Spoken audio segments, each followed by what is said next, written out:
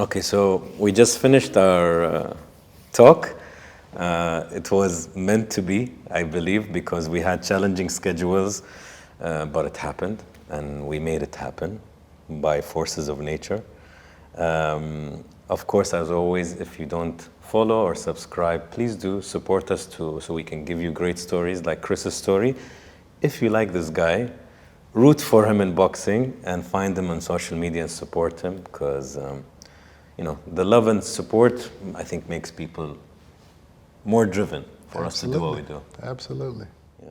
I was still focused. Split second, like bounce back up. Go, let's go. Big mistake. Well, I guess the relevant question is, who are you, Chris? Who am I? I can't tell you how many hateful comments I've seen during my career. And it really used to upset me. You got lucky. I hope you get knocked out in your next fight. You fake. What about your mental health throughout your life? I could never do an interview like this with you in my early 20s. I wasn't emotionally there yet. I couldn't separate myself from being a fighter. What does love mean to you? Are you married, not married? I don't believe in the system. It's a culture thing, and it's been romanticized. You see it in the movies. Yes, I'll marry, and you get one knee and the ring just slides over her finger perfectly. Wrong finger though. Whatever finger it is.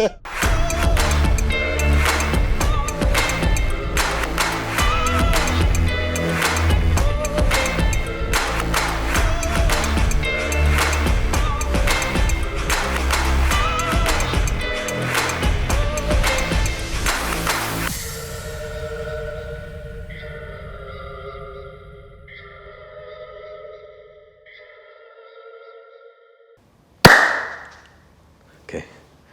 Hey, Chris. Good evening. Good evening. I'll always start with, how are you really doing? Well, I've been in the UAE for 3 days. The jet lag is slowly subsiding. I'm trying to get back into the correct sleeping pattern. It's always very important for a fighter to acclimatize to his environment before a fight. You don't want to fly in from a different country too close to the fight night, because it can mess up your body clock and can affect your performance. So, I've got 2 weeks in the Middle East to kind of get used to the climate, get used to the time zone. And October 12th, 10 days, we go to war. How many times do you try to fight per year? If everything goes like you want. In a perfect world, 2 to 3 times a year at my level. Okay. Fighting 3 times a year is very hard at the elite level. In my first year as a professional, I fought 9 times in 1 year. But sorry, you say it's hard because you need to recover to fight again, or it's just hard because of coordination and logistics? Like if all of that is done, your body and mentally, how quick can you fight again? Well, it depends how tough the fight is. If you go through a grueling 12-round fight, then you're gonna need time to, for your body to repair and for you to be able to get back into the gym. When you start out as a professional, you're only fighting 4 to 6 rounds. And you're fighting guys that are not elite level. You're building your record. That's the point or the purpose of fighting at the beginning of your career, is to gain the experience, to get the wins under your belt, to get the confidence up, to get the experience up, and you just build and build and build and build. At my level now, 33 fights, 33 wins, 3 losses, there's 36 fights. At the elite level, you're fighting, elite level opponents each and every time, 12 rounds. So you can't do that 9 times in a year. And there's not that many guys at the top for you to fight anyway. Even if you could, there aren't that many guys that you can actually get into the ring with at that level. So it's a different game. There's also the financial side. If you're fighting on these pay-per-view shows, you can't, it has to be a lot less. You can't do 9 pay-per-view shows in 1 year. There's too much money involved in something like that. They have to be able to build the fight. There has to be press conferences and media and travel and training camps. All that doesn't really exist when you first start out, I remember taking fights in my first year at a week's notice, 2 weeks' notice, Now you want minimum 8 weeks of preparation time before a fight. So it's a different ball game. Twice a year is what we are going to shoot for now. Now that I am a part of Riyadh season, now I am underneath His Excellency Turki Al-Sheikh and his new movement in the sport of boxing, where he is providing consistent fights on large-scale events all over the world. Under that guidance, I'm going to be able to fight minimum twice a year in big fights. And the beginning of that starts October 12th in Saudi, in Riyadh, against an opponent called Kamil Zerameta, who is 25-2. He's a tough opponent. He's only lost to 2 world champions in Gennady Golovkin and Jaime Munguia. He's a solid opponent. I've been out of the ring for a year. So this is the perfect type of guy, perfect type of tough, experienced guy that I can get in there with and, brush the cobwebs off. It's not going to be an easy fight, but I'm not going in there and it shouldn't be do or die. You mean you should win? Absolutely. Yeah. Sometimes, you're in 50-50 fights or you're an underdog. In my last fight, I was a big underdog because it was a rematch and I lost the first fight. So I was the underdog in that fight. I proved all the doubters wrong. Everyone thought I was going to lose again. Everyone thought I was finished. I was too old. I wasn't hungry enough in terms of, I've made the money and I've had the fame and I've got the recognition. He's soft now and he's getting old and he's not hungry and his punch resistance is gone. All these things I'm hearing for months and months and months. He's finished.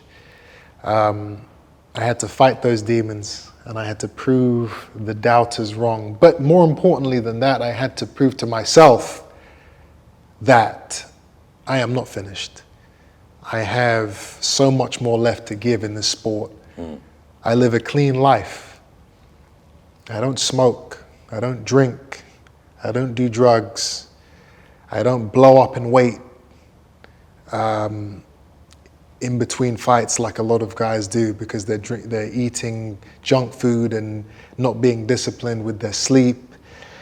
I live a clean life. So that means at 35 years old, I'm still fresh. I don't get hit a lot when I'm in these fights. If you watch me fight, I'm not taking big shots on a consistent basis like some of these guys. My head movement's there. I'm quick. I'm fast. I'm nimble. I'm able to evade. I've practiced this art form for so many years. The goal of boxing: hit and don't get hit. That is, rule number 1. Keep your hands up. Move your head. A lot of guys forget this, or they don't learn their discipline. They learn just punch and knock the guy out. They don't focus on the defense, on the slipping, on the dodging, on the in-close fighting, getting in there, watching everything that's going on, feeling your opponent, seeing what he's doing. That all comes with years and years and years of just fighting people outside of the ring, outside of professional fights. So sparring. That's what I did. I sparred and sparred and sparred every day since I was 14 years old. Sometimes I would just get in the ring with guys and I wouldn't even throw punches. I would just stand in front of them. Okay, what have you got? And I'm not even going to, I tell them, I'm not going to hit you. You throw whatever you want. And I would just learn to just, block, bang, take a shot, bang, bang, oh, okay, all right, so I gotta move here, I gotta get out of the way, I gotta do whatever I can to stop getting hit. And at first I was getting hit a lot. And you're not allowed to hit. No, that was the discipline. Don't punch this guy. Let him keep throwing shots at me. Because there's gonna be a time in a fight where you're gonna be hurt, or you're gonna be unaware of what's going on because you've got clipped with a shot and you're not sure where you are, and you're not gonna have the cognizance to punch. So you go into defense. So you've got to just evade, get out of the way. What can I do to stop getting hit? And recover. And survive that round. Okay, the bell goes and you can sit down, and then you've got a minute to calm down. You get your rhythm back. Yeah. You listen to your coach. Yeah. How do we make sure that doesn't happen again? Yeah. That's an art form. That's a discipline that a lot of guys don't do. I see Canelo does that a lot. Yeah. Like I'm not an expert in boxing, but when I see Mayweather, I see Canelo, I notice with my basic education of boxing that he seems he's very good at dodging, even Mayweather. It's not about he has these crazy hits, he doesn't. But he has great defense. It's hugely like you said, it's important. an art completely. It's an art form, and it takes discipline to perfect, because most guys just, all right, I want to get in there and I want to hurt this guy. And if he's throwing punches at me, the way I'm going to stop him is by punching. But there's other ways to stop a guy. You know, if he's missing a lot of shots, he'll stop throwing punches because he gets gun shy. You know, but that takes years of getting hurt too. Because if you're not punching at a guy, you're taking shots, especially early on when you're kind of still learning how to get out of the way. Bang, bang, bang, okay, bang, all right. Gotta move, gotta get out of the way, gotta use my foot movement to get around him, gotta use my head movement, dodge, weave. That takes years of punishment and discipline, which a lot of guys don't have. You know, in my opinion, boxing is at least 70% mental. And people say, how is that possible? It's a fight. You know, you've got to be big and strong and tough and fast. And yes, you have to be all of these things. But there are millions and millions of big, strong, tough guys, you know? And none of them can go 12 rounds at an elite level in boxing. Why is that? Because they don't have it in here. They don't have the technique, the wisdom, the discipline, the heart.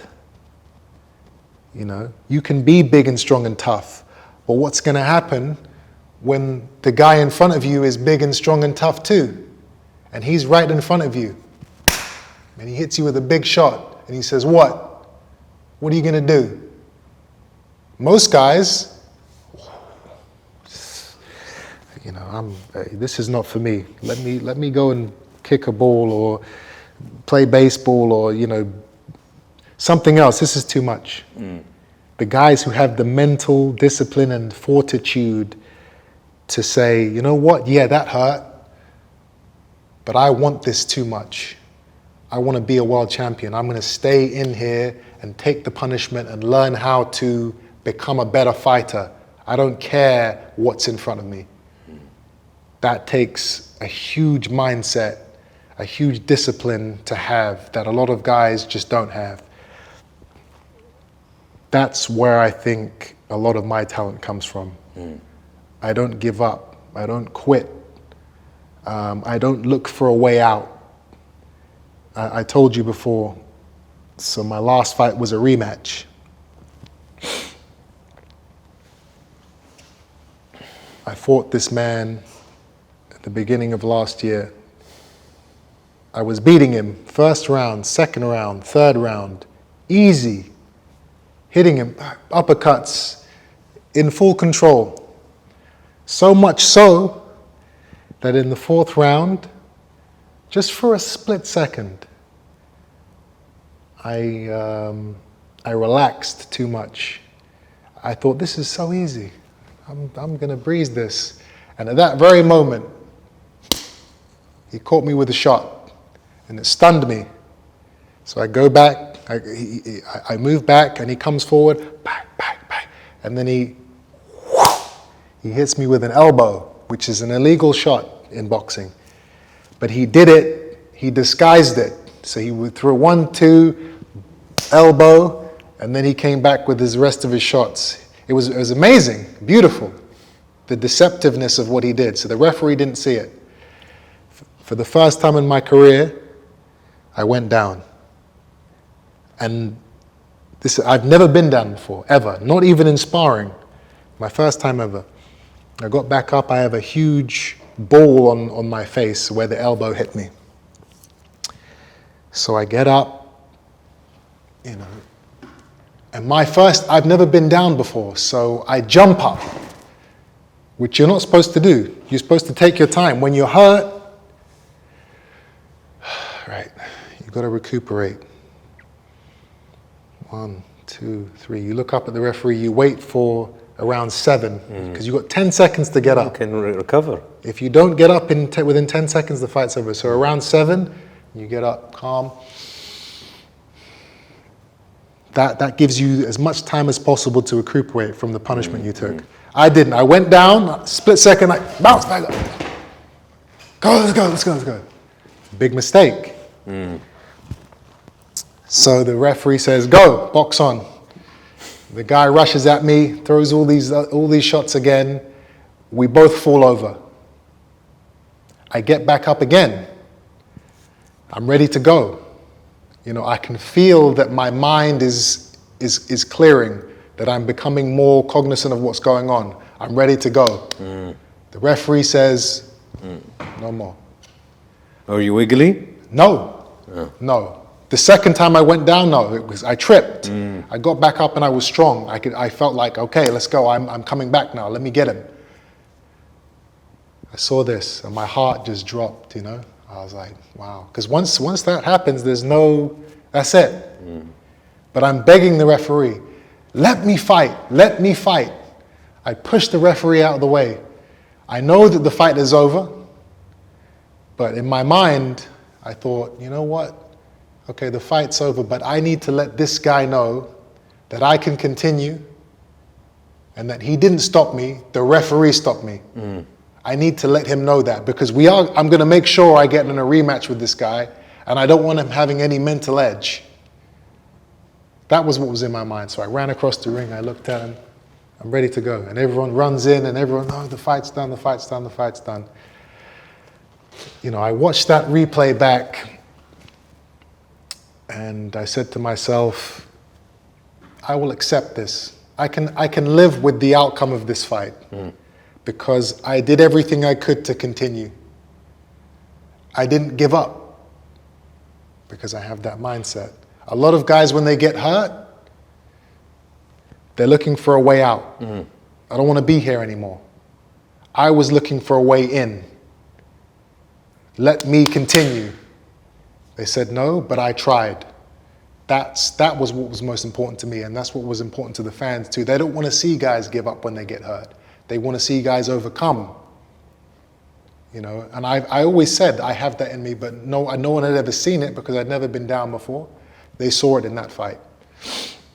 But question, it all started when you said it was too much in my control and I took it easy for a second. A huge mistake. That's the new learning. That I will, exactly. A huge mistake that I have to learn from and that I did learn from. Because in the second fight, 10 rounds, I beat him every single round. I knocked him out in the 10th round. Even though I was in control the whole time, I was still focused. I was still ready at all times because I know if I switch off, I'm going to give it, he has an opportunity, he can do what he did again. And if he does it twice, that's done. I'm finished. Maybe I even have to retire. And I don't want to retire. I love this sport and I know what I'm capable of doing.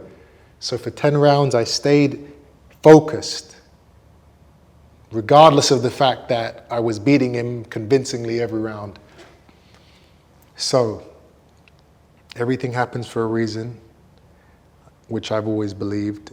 And, the failures you have in life are never really failures if you learn from them and improve yourself as a human being, as a man or woman, as a fighter, as whatever profession you are. There's no such thing as failure, because you can learn from everything and you can make sure that those mistakes don't happen again in the future, and you will become a better person. Nobody goes through life being perfect. It's impossible. And people get so caught up on, I didn't make it. I didn't do what I was supposed to do. This didn't happen for me. I wasn't able to achieve this. And, they go into depression and, negative thoughts. And that all, if you think about it, what does it achieve? It doesn't help you. So why do it? What you need to do is calm down, look at the situation. Okay, this is where I made the mistake. How do I stop myself from making that same mistake again? And if you can learn from that, then it's a positive. Your failure, you turn your failure into a success. That is a huge thing which people don't really understand. They think failure is always the be-all and end-all. Oh, my life's over, I can't believe this. No, your life's just beginning. See, Chris, when we fail, you have a choice to keep it terminology-wise failure, or you convert it to learnings. Exactly. If you choose to give up, I can call you a failure because you chose to give up. You accepted the fate, right? But if you're like, okay, I fucked up, let's sit down. What is something I can control that I can change? Like you said, I did everything I could to remain in the fight. It was beyond me at that stage. But I wanted to go to him to tell him, by the way, I want to fight, but this I can't control. But I would like to fight. So that's what you can control. You stayed in his mind till the next fight. And I think that's the right way of looking at life. I don't like the word failure. I would call quitters failures. A trier, never. Never. I don't dare call him a failure. It doesn't matter, 1,000 times. And something I like to repeat a lot, it's you can learn so much from babies learning to walk.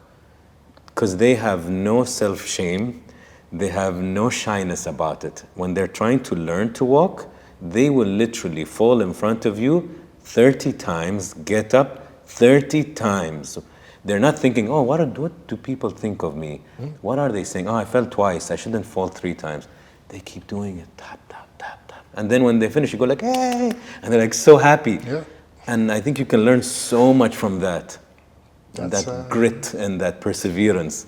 And they have it. We just lose it with age because whether you get bullied or criticized or you're shy or the world says you shouldn't do this, so now you're thinking of 60 other things other than I want to learn to walk. Well, that's another thing that you can learn from babies is that they don't care about what people think. Like you said, they fall and they get back up. They fall, they get back up. They know everybody's watching, and they laughing at them when they fall over and get back up. They don't care. I'm going to get back up because I want to, and I want to become a better baby that can walk. Yeah, exactly. Forget everybody else. That's it. And that is a huge lesson to learn for any adult. Don't focus on what other people think. Yeah, the noise. Don't focus on the noise. Don't focus on the haters, the doubters, the non-believers, the people that can't do it themselves, so they try and bring you down. I can't tell you how many hateful comments I've seen during my career. And it really used to upset me when I first started out because I just wasn't used to it. Here I am, a young kid. I've trained for years and years and years, suffered. Went to America, went to Cuba, went to Africa, training in all these places, fighting all these guys, getting beat up. I finally make my pro debut. I think it was 2012. Channel 5, 2 million viewers on Channel 5. You know, I won the fight. I was so happy. And I post, yeah, I won, on Facebook.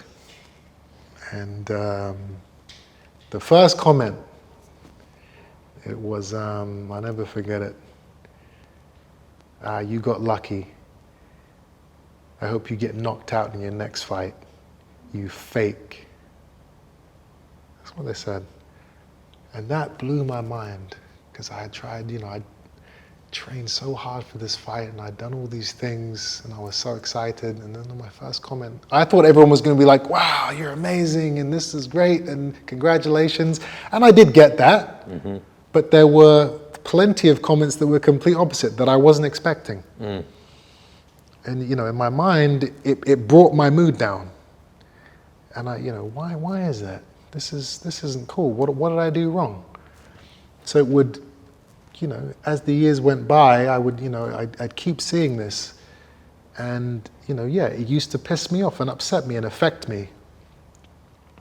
And then one day, again, I posted something. I think it was, you know, just a picture of me, I think maybe in a car or just having a nice day, just say, hey, you know, this is had a good weekend, hope everyone's cool. And one of the first comments was, fuck you, you know? And again, I was like, gee, what's wrong with this? I'm smiling, it's a nice day, I'm feeling good. I was like, let me see, let me look at the guy who said this. I clicked on his page, you know, and this guy, this overweight random with a beer in one hand and a cat on his lap there, just looking at the camera with crooked teeth just. And I'm like, hold on a second. I'm letting this guy affect my mood?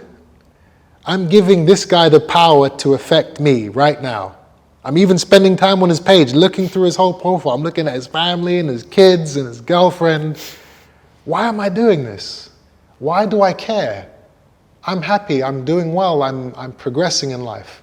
From that day on, I never worried about what people said about me again, because I understood it's not about me, it's about them.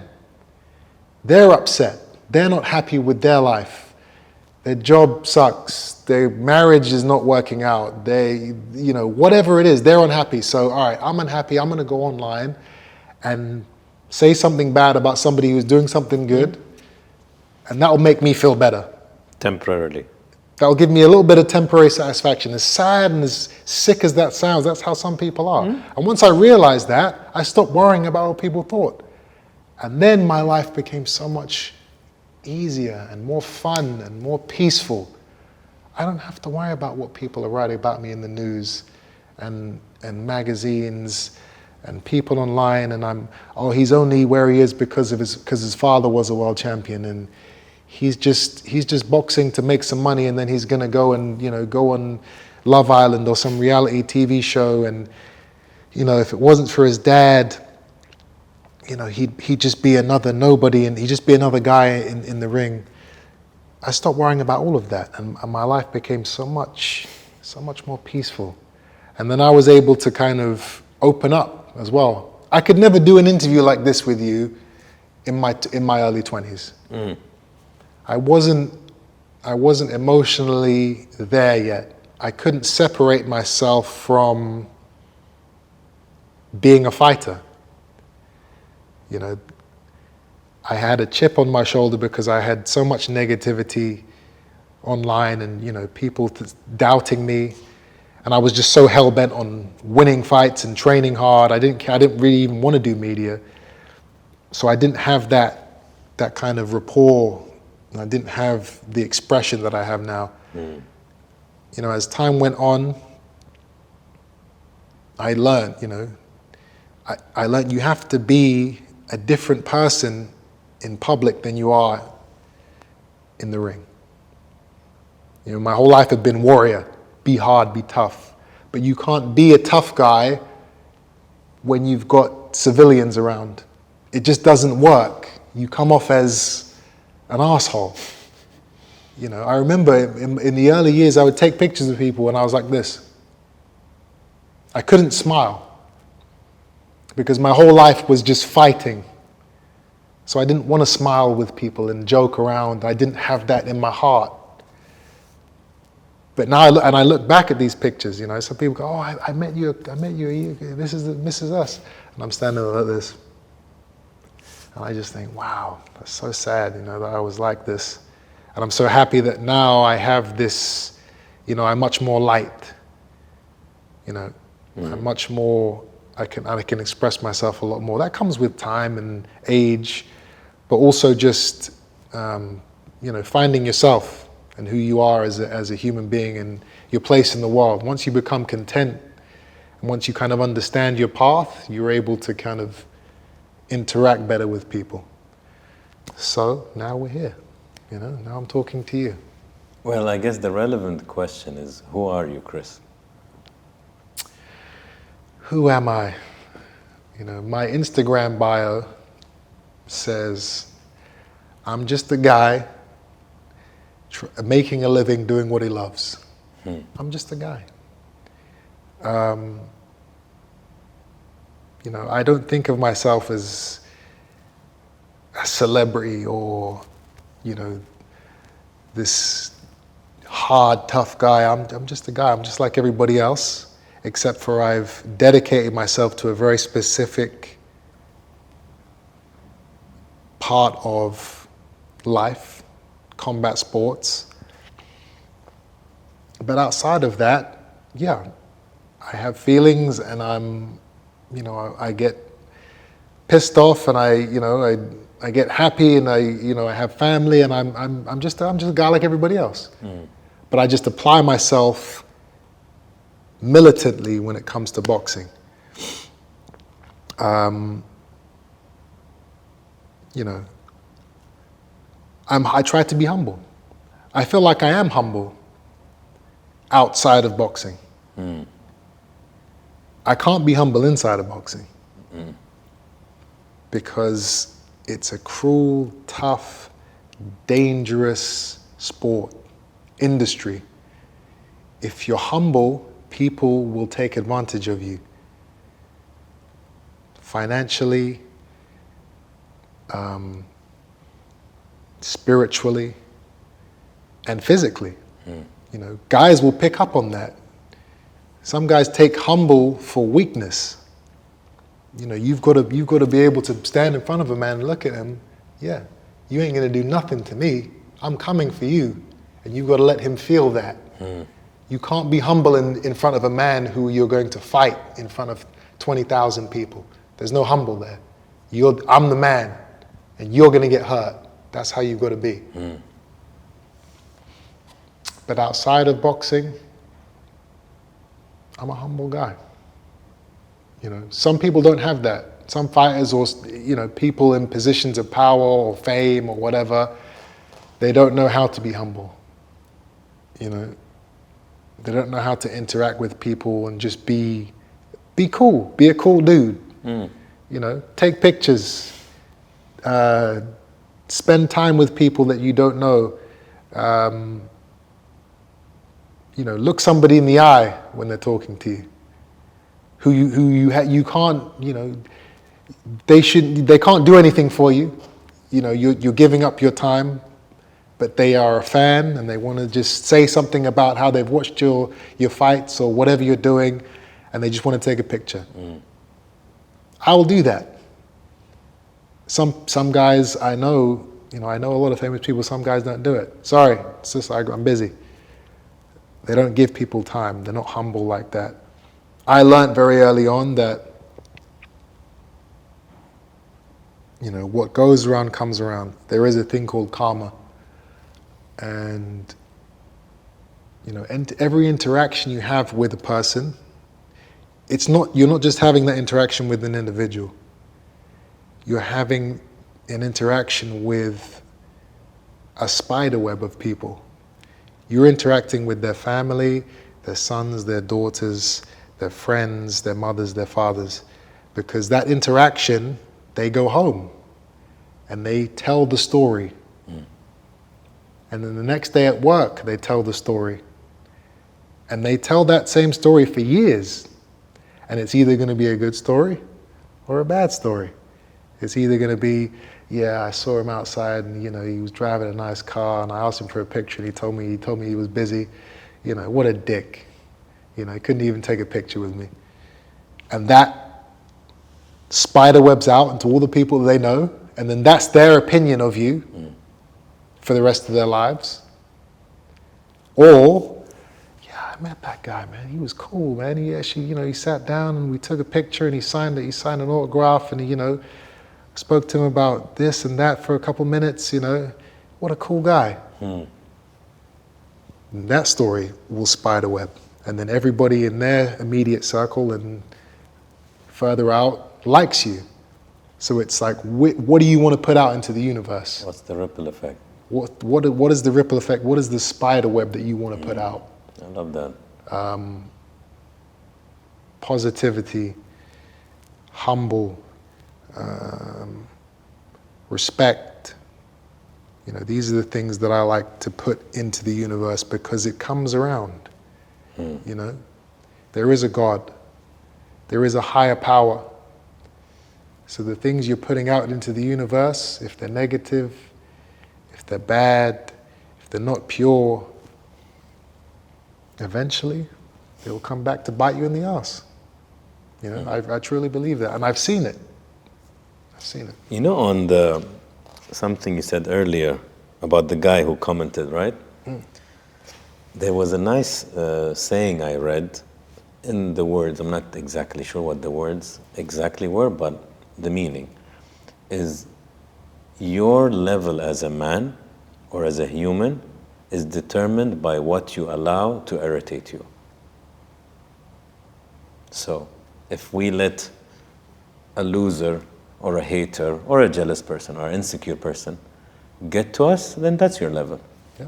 You're the level that any stranger, anything they say, you just get offended. They controlled you. But if you're like, maybe he's having a bad day, whatever.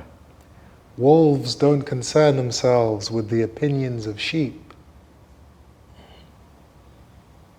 So I like that. That stuck with me. Because a lot of things would piss me off or frustrate me before. And I keep reminding myself of this. Anyways, your childhood in 3 words. Oh, my childhood in 1 word is happiness. That's the only thing that I think about when I think of growing up. I was extremely happy. I had a great childhood. I had a loving family, a loving mother, a loving father, loving brothers and sisters. I went to a great school.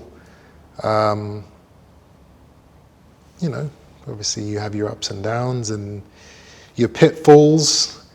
My father was extremely strict.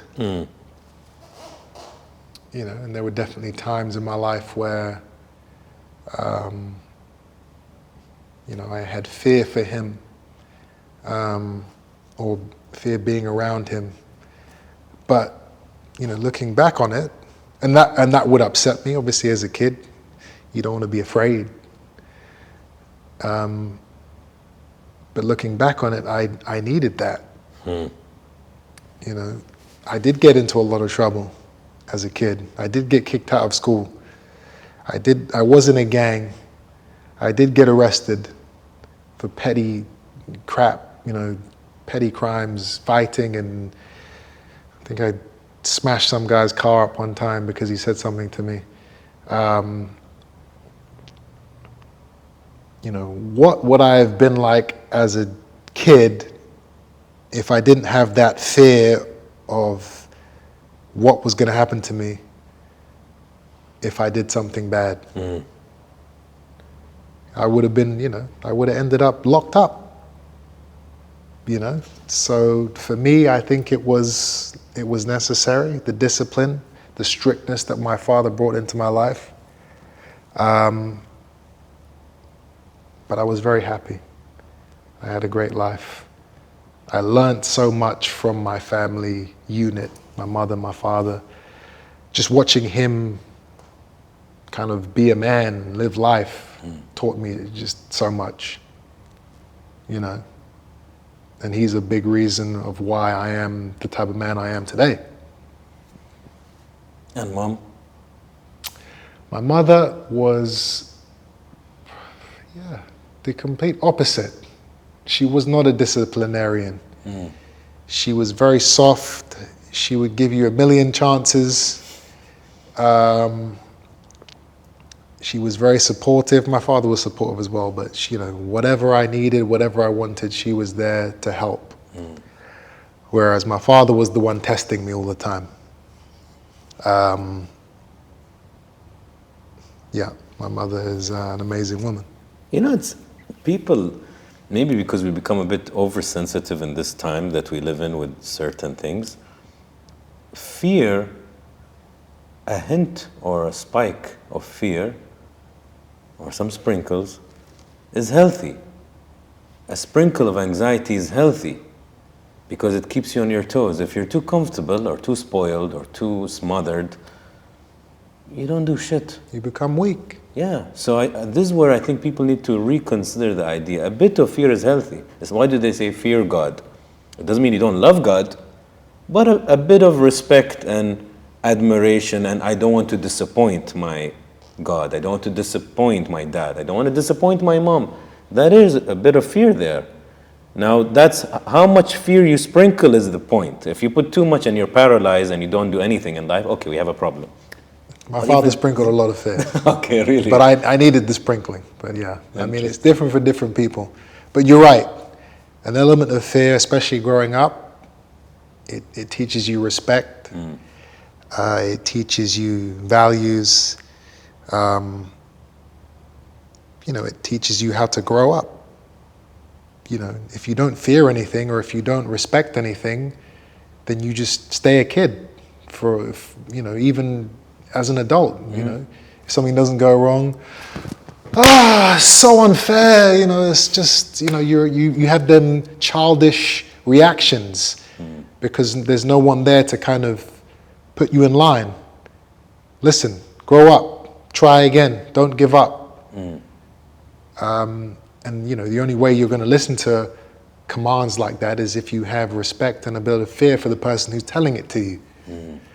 So absolutely, discipline, fear, respect, they're all things that I think are needed to build, especially men. Females is a little bit different. As a parent, you can't instill sprinklings of fear into a little girl. I don't know. I'm thinking about how I would raise a son. With a daughter or a female, it's just all love. It has to be all love. You got to be soft. I think that's I can't scare my little girl if I had one. But the son, listen, I'm going to scare you. If you mess up, there's going to be trouble. Is there a trait in your parents you would have changed if you could? In my mother, no. In my father, I would have changed. As a kid, I would have changed everything. No, now, if you look back. Now,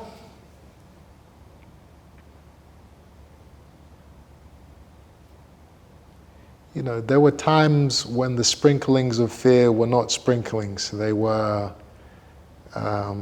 avalanches. I used to get beaten.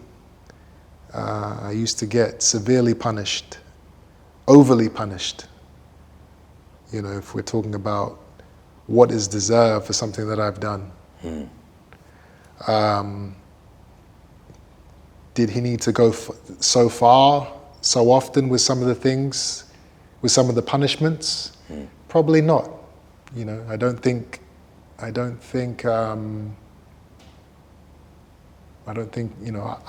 got, after a certain point, you understand. Sometimes those points were crossed a lot further than needed. Nobody's perfect. Nobody has the whole answer to how to raise kids. He was raised the same by his parents. He only knows what he knows. And I feel like I turned out to be a good human being. So, no, I wouldn't change anything. How was it growing up with a famous father? I always get asked this question, and it's hard to really answer it like that, because as a kid, I didn't look at him as this famous guy, this celebrity, this eccentric boxer, who wore a monocle and had a cane and a huge truck that he used to take me to school with, that had a TV and a bunk bed and a fridge in the back of the truck, and horse riding shoes and a suit and tie. Especially in the 80s and 90s, a black man doing this in England, it's just unheard of. It was insane. And he can fight, and he's knocking people out. Jeez, who is this guy? Who is this crazy man? I didn't look at it like that. I just thought, it's just my dad. Aren't all dads like this? That's all I ever saw. That's all I ever knew. Obviously, as you get older, then you start to see, how other people's families are, and you start to understand why he's getting the attention that he's getting, and why I'm getting the extra attention I'm getting, good and bad, in school and outside of school. Why is this girl chasing me? Why is this guy trying to fight me? Why is this teacher being so strict with me and nobody else in the class? Well, it's because you have a huge celebrity father, and they have their opinion about him and about you, and the fact that you live in a mansion, and you're on this TV show At Home with the Eubanks, which is on Channel 5, and it's got millions of viewers each week. I did one of the first reality TV shows when I was about 13 years old. And this was before the Kardashians and the Osbournes. This was like the original one we did. It was called At Home with the Eubanks. All of that brings so much attention. And I guess, as a kid, you kind of love it because it's exciting, and it's, anything that can kind of spice things up, you just want to do, So I leaned into it. My sister was the opposite. She kind of shied away from it. Every kid is different. Some kids don't want that attention and that kind of spotlight. For me, I loved it. And that's when I knew, I'd be a great fighter. Start getting these thoughts, man, what if I did what my dad was doing? Could I do it? I think I could do it. How hard could it be? I love fighting. I beat this kid up at school the other day, and it was easy. I could fight. I could get in the boxing ring. And let me just get back to that point, or go back to that point. I said I beat a kid up at school. I was the kid in school that the kids that were getting bullied, they would come to me and tell me who was bullying them and what they did. And then I would go and fight the bullies. I was never a bully. I hated that. But I loved to fight. So I would tell these guys, listen, just give me a reason. If someone's messing with you, if someone's stealing your lunch money, if someone's bullying you, just come and tell me, and I'll go and talk to him. There was no talking.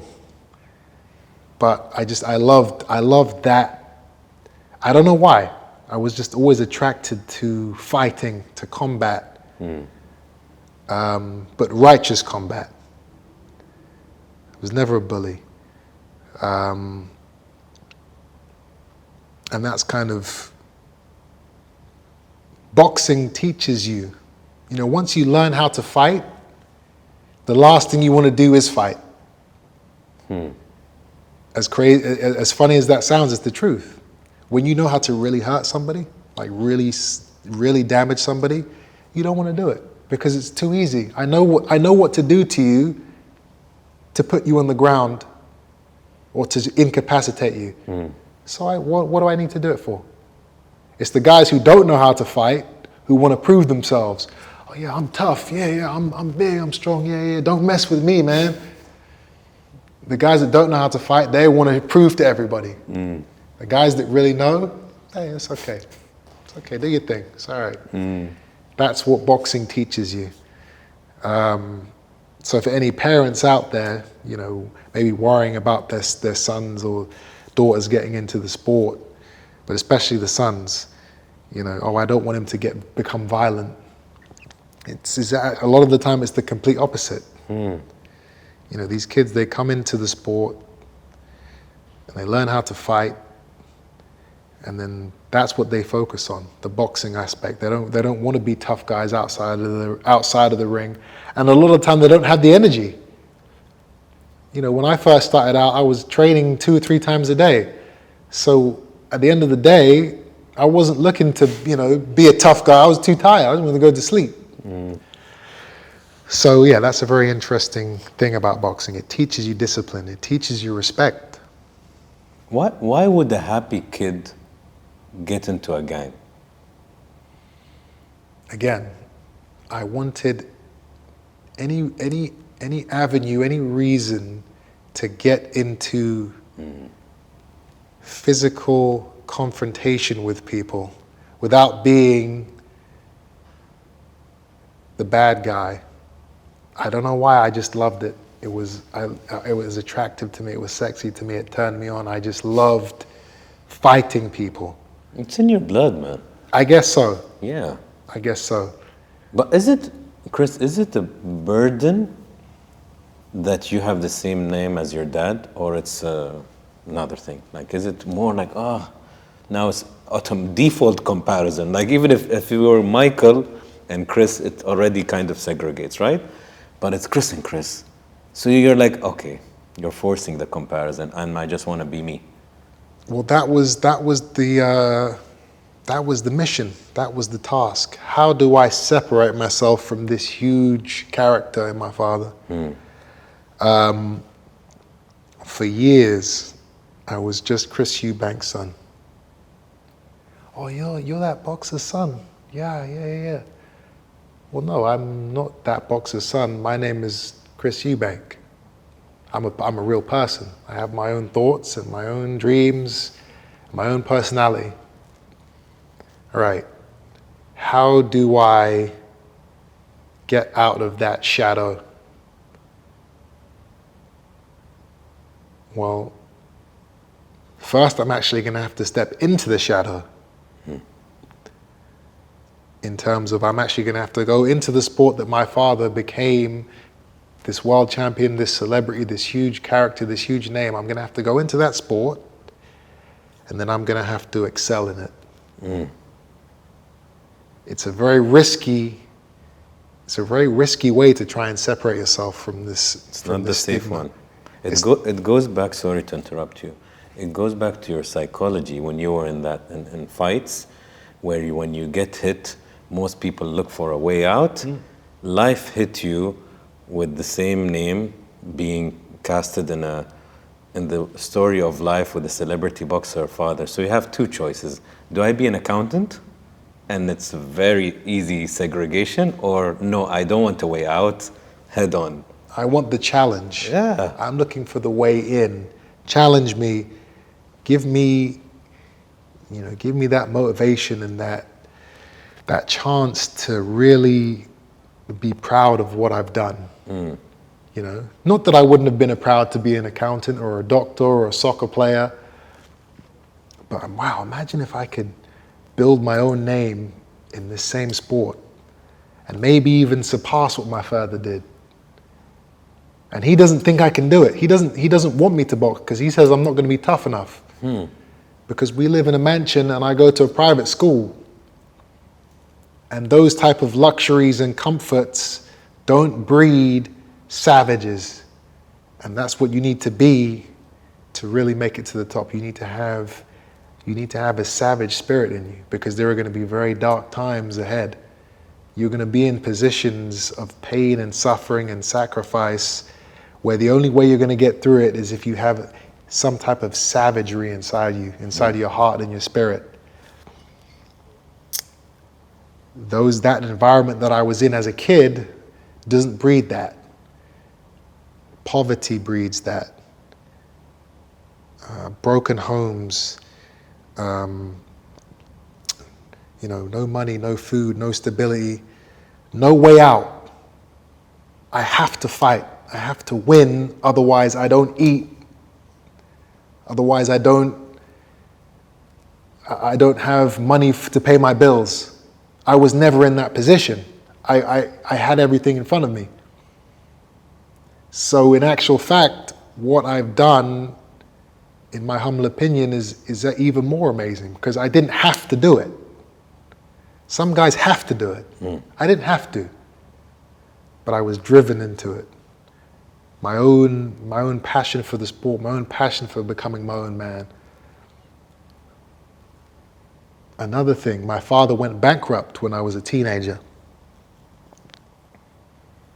This affected my mindset too, because I went from living in a mansion to living above a nursery in a studio apartment and waking up to screaming kids every day for a couple of years. And I'm sitting there as a teenager like, how do I get back? How do I get back to what we had? Because he lost everything. How do I get back to the cars? How do I get back to the house? I gotta win. I gotta succeed. I gotta do everything I can. I gotta focus on one thing and do everything I can to succeed. Because I don't want to be living above a nursery for the rest of my life. I don't want to have to keep going down to the local grocery store and having to only be able to pick 3 or 4 items because I only have a certain amount of money in my wallet. I don't want to live like that. I want to be free. How can I be free? I'm going to dedicate my life to this sport, to fighting. That's what my father did, and look at what he achieved. Yes, he messed it up in the financial side of things at the end, but he achieved the greatness. He achieved the financial stability. He achieved the fame and the glory. He just couldn't hold on to it in terms of the financial side of things. And that taught me a lot too. What is the point of sacrificing your whole life to a sport which can literally take your life if you're not going to be responsible with the fruits of your labor? That was taught to me from a very early age. You got to be responsible with money. My father was not. He would have, 1,000-pound suits. And 1,000 pounds in the 90s was like 10,000 pounds now. And he would have 20 of them, all the same, lined up next to each other in his wardrobe. He had all these cars and all these properties and just giving money away. Never worrying about, okay, what happens when I retire? What happens when the tax man knocks on the door? His thing was just spend. And the sad thing about boxing is it's not like football or these other sports where there's like people that can advise you and help you manage your money. You've got uneducated kids who grew up with nothing, and all of a sudden they've got millions, and they're just left to their own devices. There's no one there to kind of tell them that, if you don't pay taxes, you're going to go to jail, or you're going to go bankrupt, because they're going to take everything that you have. I learned that from a very early age. So now, everything I make, I didn't go on holiday. I didn't go on a holiday until I was maybe 15 and 0. And then I did my first little trip with my friends to Miami. Before then, it was just gym, home, eat, sleep, fight, gym, home. I was obsessed. And I was also obsessed with saving what I made, which is something that so many people don't do, you know, in so many industries, but especially sports and entertainment. You know, when these guys make money, I need the watch, I need the car. Let's go to the clubs and pop the bottles, and buy this girl a purse, and you know, get on this private jet. I didn't care about any of that. I mean, I did, but I understood that if I wasn't responsible with my money, what happened to my father would happen to me. So I saved and saved and saved until I got my first house. Okay, put all my money into the house. Okay, now this is only going to go up. All these other things I mentioned, liabilities, goes down. As soon as you pay, it's gone. I pay for the house. One, I've got an asset, and two, I've got somewhere I can live. I don't have to pay rent anymore. That was a huge thing for me. And then it was, okay, all right, now I'm stable here. Now I can buy a few little nice things, but where's the next big investment? Where's the next chunk of money going to go that's going to grow? That's always been my thing. I don't like to put money into things which depreciate. And that's just a mindset that you either have or you don't. A lot of guys don't have it. I think I got it from seeing what my father did with his money. You know, I don't want my kids to have to live above a nursery in their teens. And that's not, you know, being disrespectful to my father. He's an amazing man. He did what he did, but he messed up. He made a mistake. I can't make that mistake. I couldn't live with myself if my kids weren't stable, financially stable for their lives. And the end goal is to have your kids be financially free. That's very tough. I'm not there yet, most people aren't, but that's what we're reaching for. And that comes with being responsible with money, having good money management, you know, just being smart and being respectful of what you have. That is extremely important to me. What does success mean to you? That's exactly what success means to me. At the end of my career, being able to sit down and know that my kids and their kids are never going to have a day where they have to go down to the grocery store and say, all right, well, I can take that and that, but I can't have this. That to me is real success. Aside from that,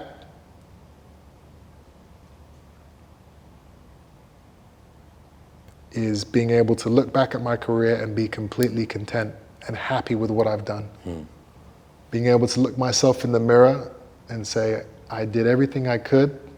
I tried my best. I never gave up. I never cheated. If I can say that, then that to me is true success. Because a lot of people cheat to get where they are. Oh, of course. Not just in boxing. In all sports. In every aspect of life. You know, whether it's business, whether it's politics, whether it's sports, there are always people that are cutting corners and doing things they shouldn't do to screw other people over so that they can benefit.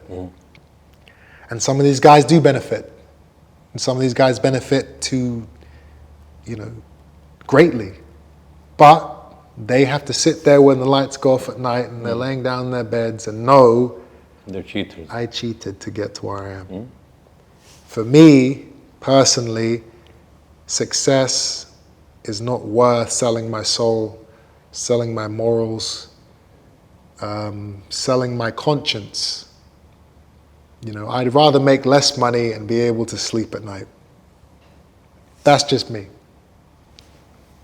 Did you ever, Chris, go through a period where you had intense self-doubt in yourself? You know what? No. I guess I've just been blessed with that fortitude and self-belief that even when things weren't going my way, even when I lost a fight or I got injured or an investment I made flopped, I knew that things would be okay. As long as I stay on the right path, as long as I am a good human being, as long as I focus and dedicate myself in the right aspects of life, I can't fail in the long haul. Yes, there's gonna be pitfalls and you're gonna trip and you're gonna make mistakes. But, success or failure is not any one moment in time. It's where are you at the end? And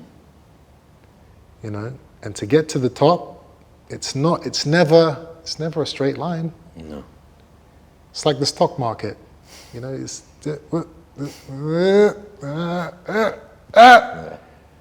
It's never straight. True. You have to dip. You have to make mistakes. You have to learn. You have to trip up to make it to the top. And what about your mental health throughout your life? Have you been depressed? Do you go up and down like the stocks, or you're plus minus?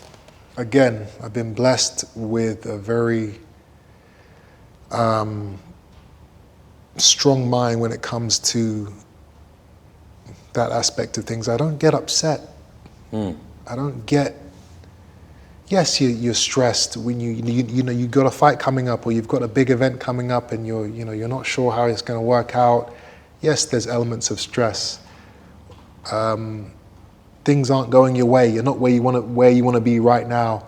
You haven't got the money that you want to do certain things. But I never let that depress me. My whole thing is, what can I do to get to where I want to get to? And anything that's going to stop me or delay me from getting to or achieving my goal, I don't have time for. I have to block it out. Yes, I'm upset, but I can't dwell on it because it's not going to benefit me. It's not going to help me to get out of the hole. I've got to find a solution. I've always had that strength of heart and of mind to understand that and to implement that. And I'm just a very happy person. I understand the hell that billions of people on this planet are going through each and every day. And I respect it. I respect the struggles of these people too much to ever get depressed. Not to say that, I understand depression's a real thing, and I'm not looking down on anyone dealing with that. It doesn't matter how hard I think what I'm going through is, or how I failed and how I'm not where I want to be at this moment in time. I can't get depressed because there are people that are living lives which, of unimaginable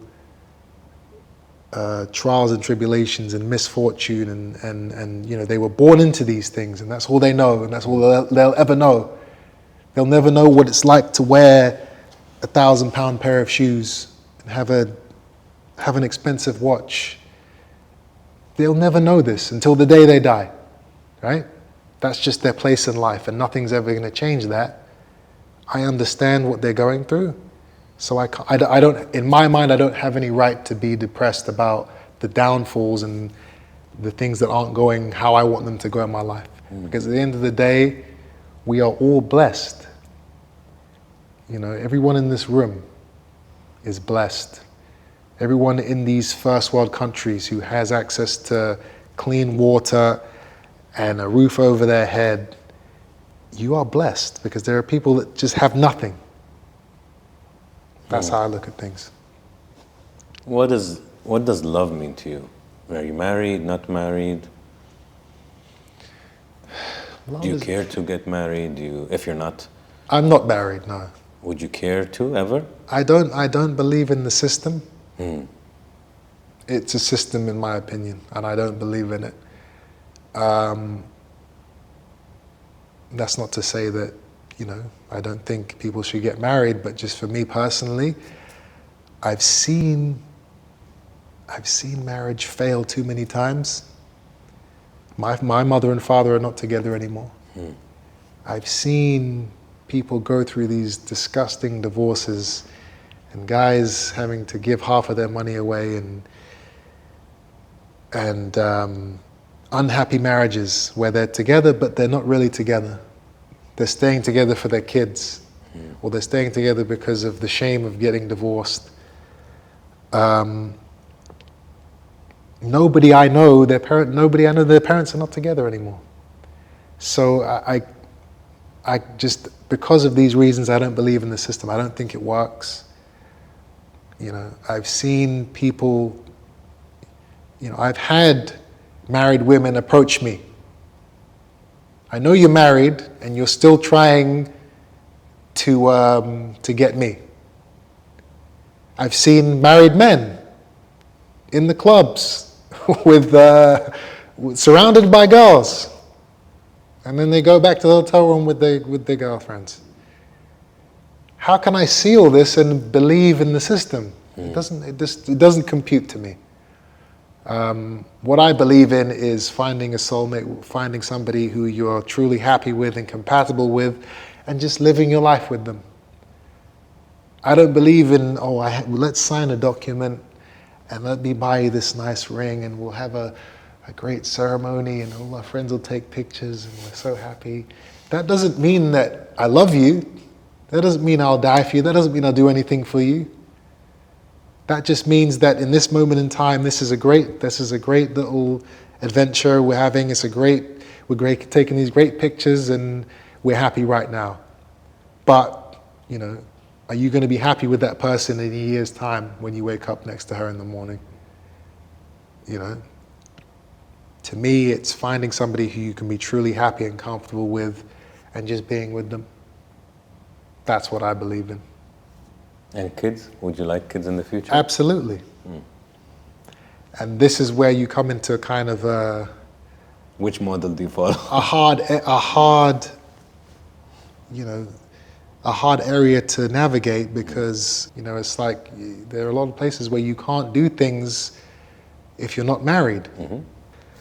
But it's it's frowned upon, it's looked down on.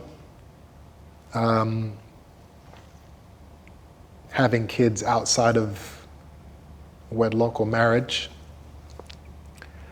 but for me, even in Europe, it's weird for some people too. It's still, I don't think, fully okay with, like, they think it's weird if you have 4 kids with a woman and they're like, how come you didn't marry her yet? Oh, in most cultures around they the wouldn't world, get it. It's not a any normal religion, thing. I think. Yeah, because it's funny because marriage is so celebrated, yet if we zoom out and it was a business, it's one of the most failed businesses today. Absolutely. Therefore, you have people who don't want to get married, or you have to reformat the whole system or approach to relationships. You say, okay, no problem, we will get married, but obviously we need a financial management course, an emotional management course, a parenting course, because I don't know how to do this partnership.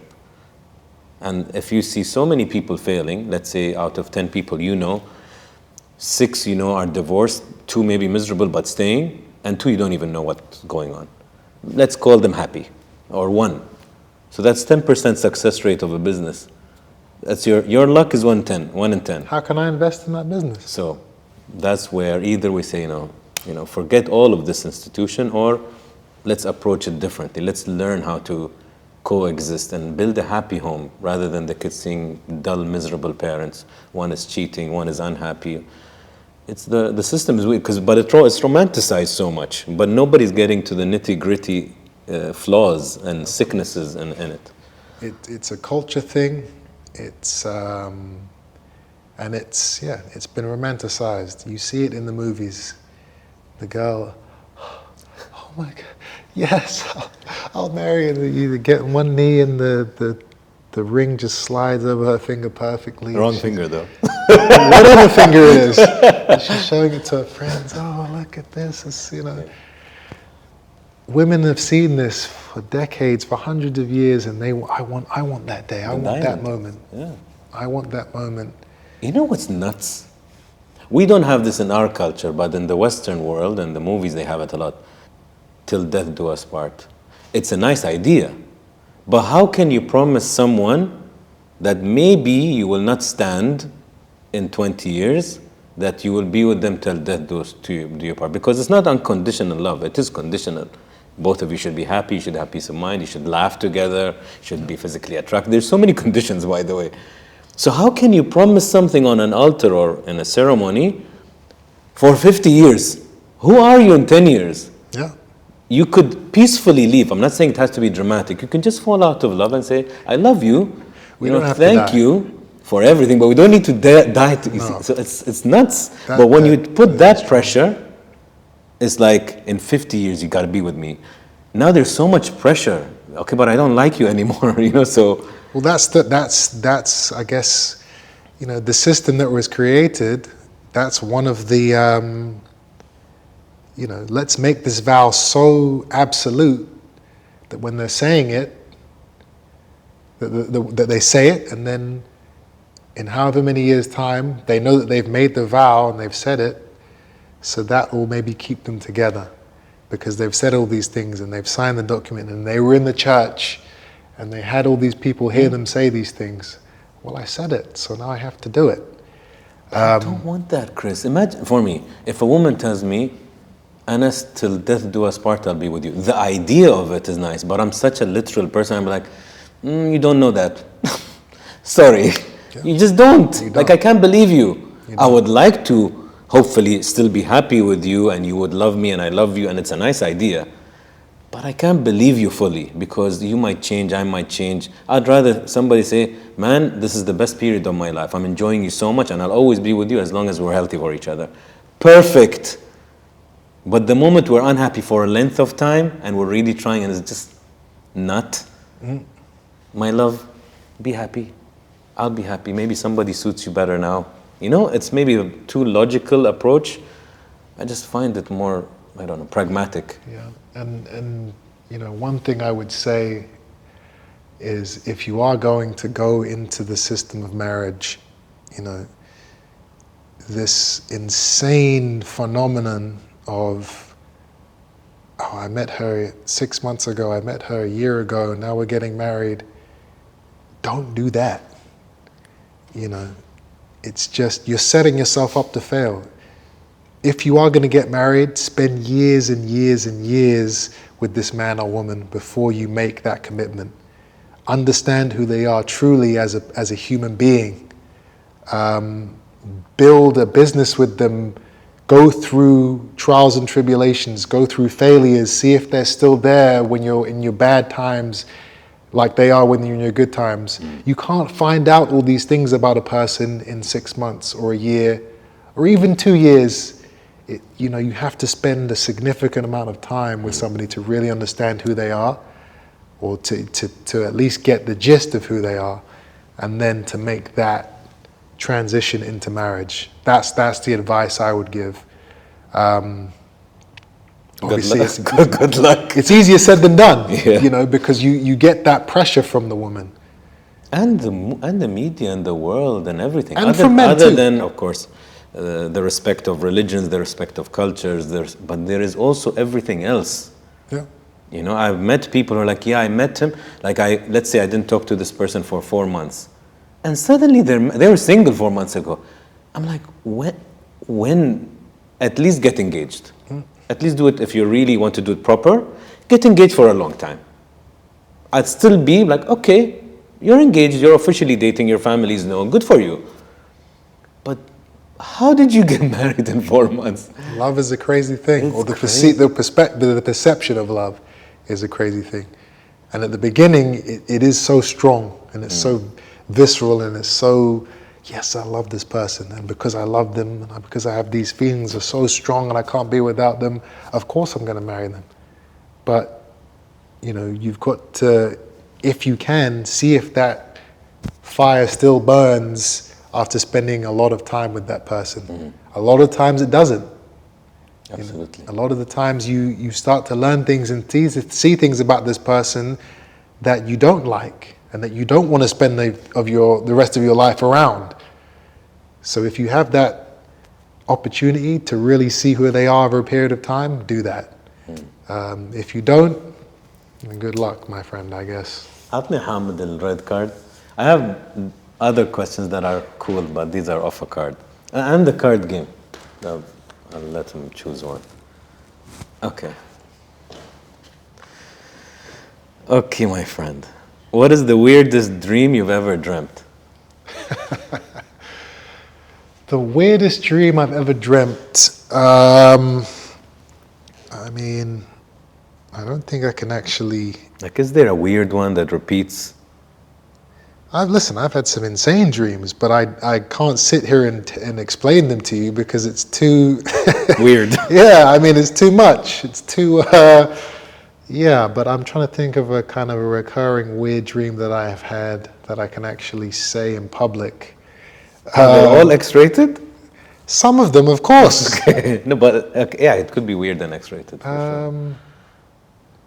I mean, a weird dream that I've had a lot is being chased. I get chased a lot in my dreams. I've never been to a therapist. I've never done any type of psychology, so I don't know if this means something.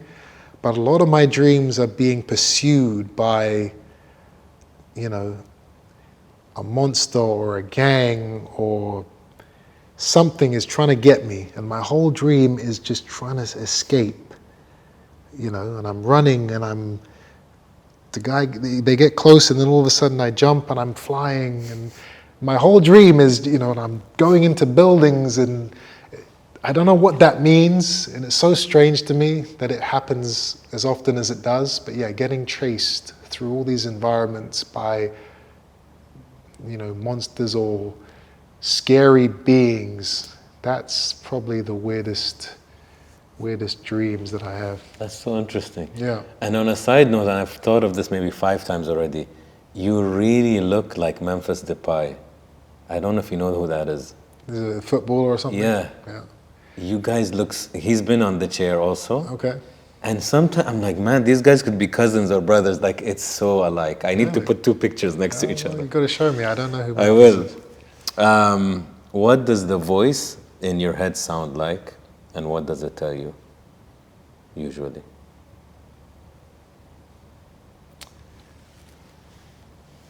I'm genuinely telling the truth when I say that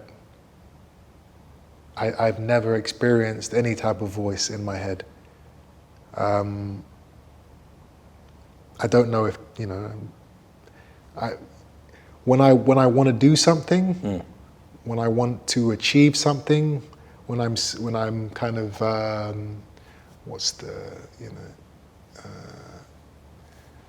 when I want to project something into the universe, what's that word called? Manifest? Manifest, yeah, manifestation.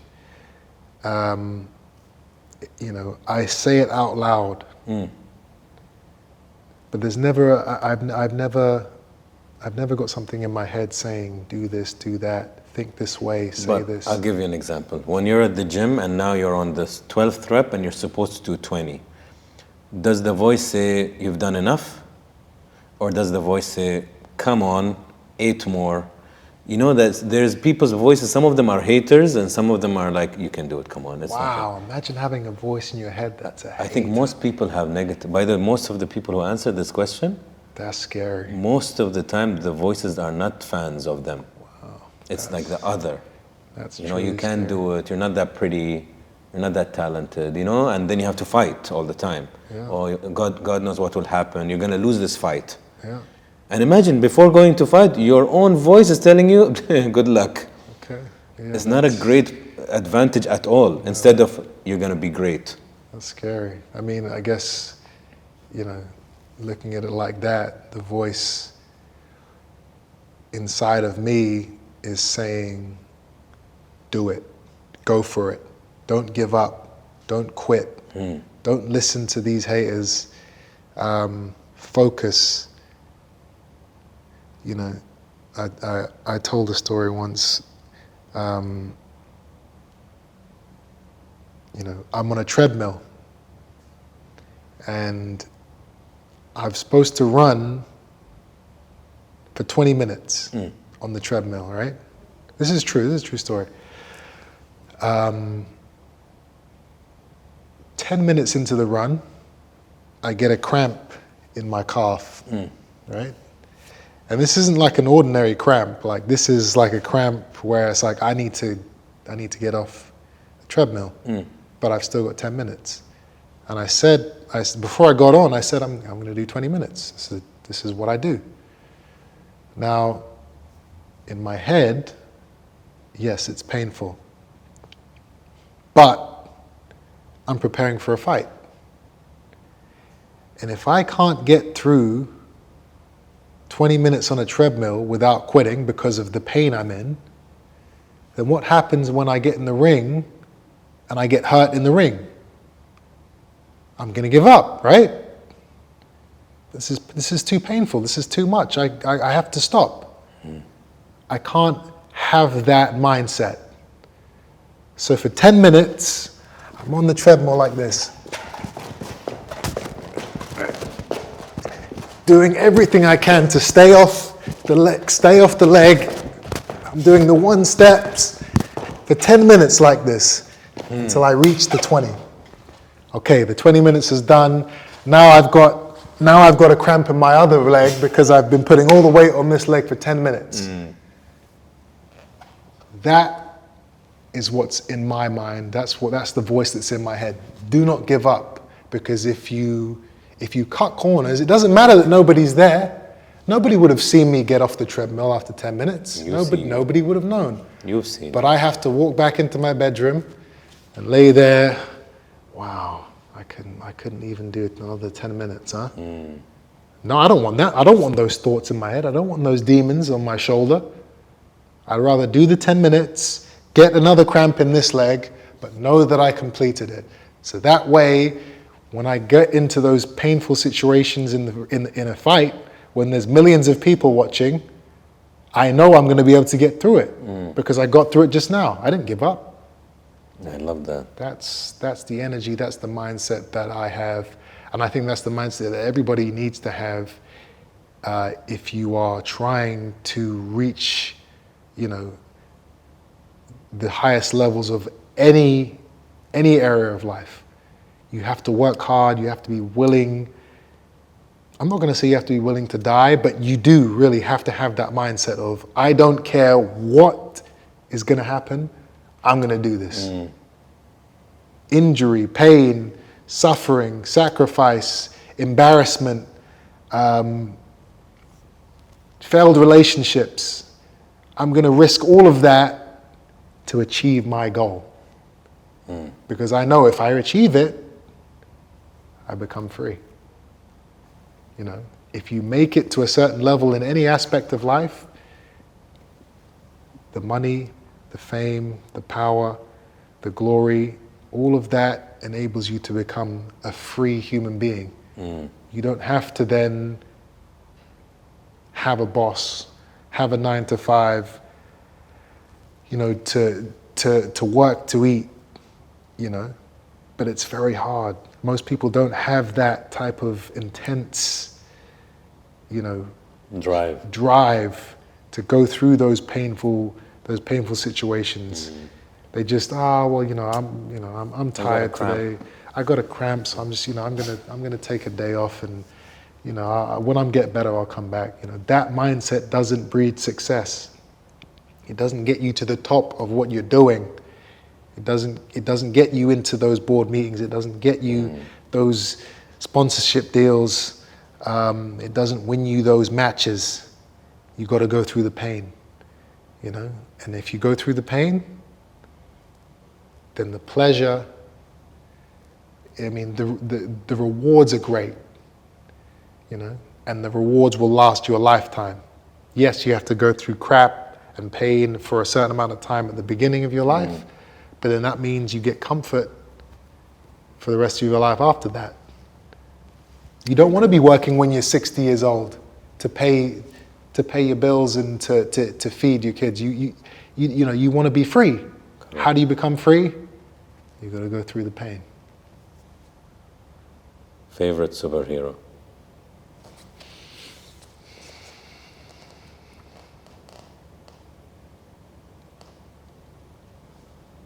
My father. Why? Because he is the man, that I wanted to emulate so much as a kid. He was a real life superhero. The things he did in that ring inspired me to become the man I am today. The man that he was with the people. He was the people's champ. He gave everybody time. He gave everybody money. He was a real life superhero, and the things I learned from watching him made me who I am today.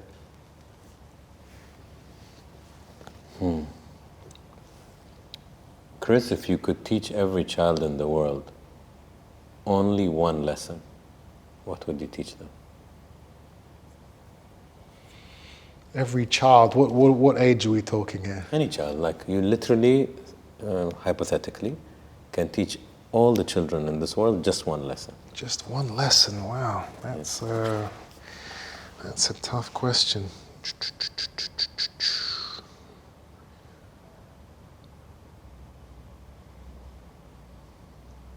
I mean, for a child, it's important to understand respect. And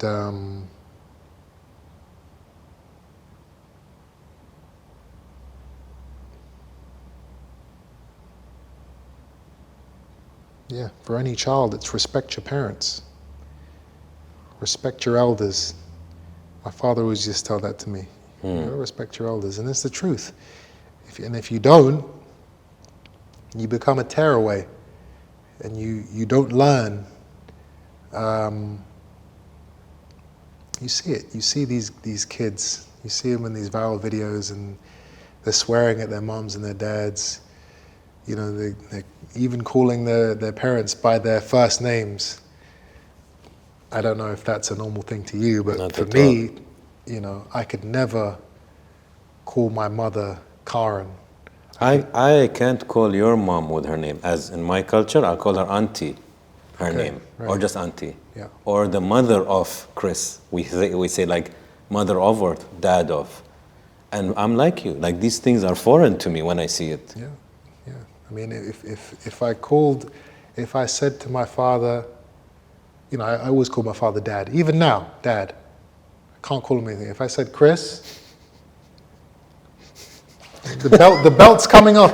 What did you call me? It was like I called him motherfucker. If I called him by his first name. Yeah. It's just insane. But this in this day and age, you got kids. They're calling their parents by their first names. They don't have that respect. And no boundaries. No boundaries. And who do we blame, Chris? If the upbringing is not there, if the upbringing is with 3 different nannies and iPads. Oh yeah, they're being brought up by social media, by Instagram and Facebook and TikTok. I call it TikTok brains. Yeah, their terminologies are from TikTok. Yeah, and it's so that would be my respect your elders. Respect your elders. Why do I have this written? What's the story of the poker game with Neymar? What is that? Is that even worth the question? I mean, poker is a very passionate part of my life. Okay. That a lot of people may not know. So I play in high stakes private cash games with very famous people. So there was a game with Neymar and Ryan Garcia and Jimmy Butler, famous basketball player, and Dan Bilzerian, who's a very famous playboy. We flew to LA in Dan Bilzerian's jet, and we all played in this poker game, and it was on a stream. And people watched it, and they were like, "Oh my God! Like, wow, what are these guys doing? They're crazy with their money." And the funny thing is that that game was actually extremely tame compared to how we play when the cameras are not off. You know, we play all around the world, in Vegas, in England, in Barcelona. You know, I've played with Bruno Mars, and you know, the amount of people I've met through this. Some people call it a sport. It's not a sport. Through this game is incredible. The connections I've made. And one thing that's kind of helped me to become a better poker player was boxing. You know, for people who don't understand what poker is, it's a card game, and you know, you bet money, and you have to. A lot of the time, you have to play your opponent. It's not about the cards; it's about who you're playing against. So you know, you've got to watch them, and you know, they might be bluffing, they might be trying to steal a pot, or they might be trying to represent a hand that they don't have, and you've got to kind of look at their body language and how they speak and what are they saying and what are they doing. So that's what you've got to look at. And what you've got to be is Poker face. Poker face. You cannot give anything away. You know, you've got to be able to bet $100,000 with the worst hand in poker, and you've got to sit there like this. Yeah. But your heart is like this. Because you're waiting for the guy to either say, I call, or you're waiting for him to, all right, and he throws his cards away. But you can't give away any emotion. You can't let them know that you're bluffing. Yeah, that you're bluffing, that you're scared, you know? Yeah. And the same thing, you can't let them know if you're happy. If you've got aces, two aces is the best hand you can have in poker. If you go all in with aces, again, you've got to look at this. You can't be excited. Oh, aces, yeah, all right, I'm all in. You've got to have that stone cold face. And that's what I have in boxing. I learned that from boxing. If you watch my fights, when I knock somebody out, I stand up, I look at them, I look at the crowd. There's no emotion.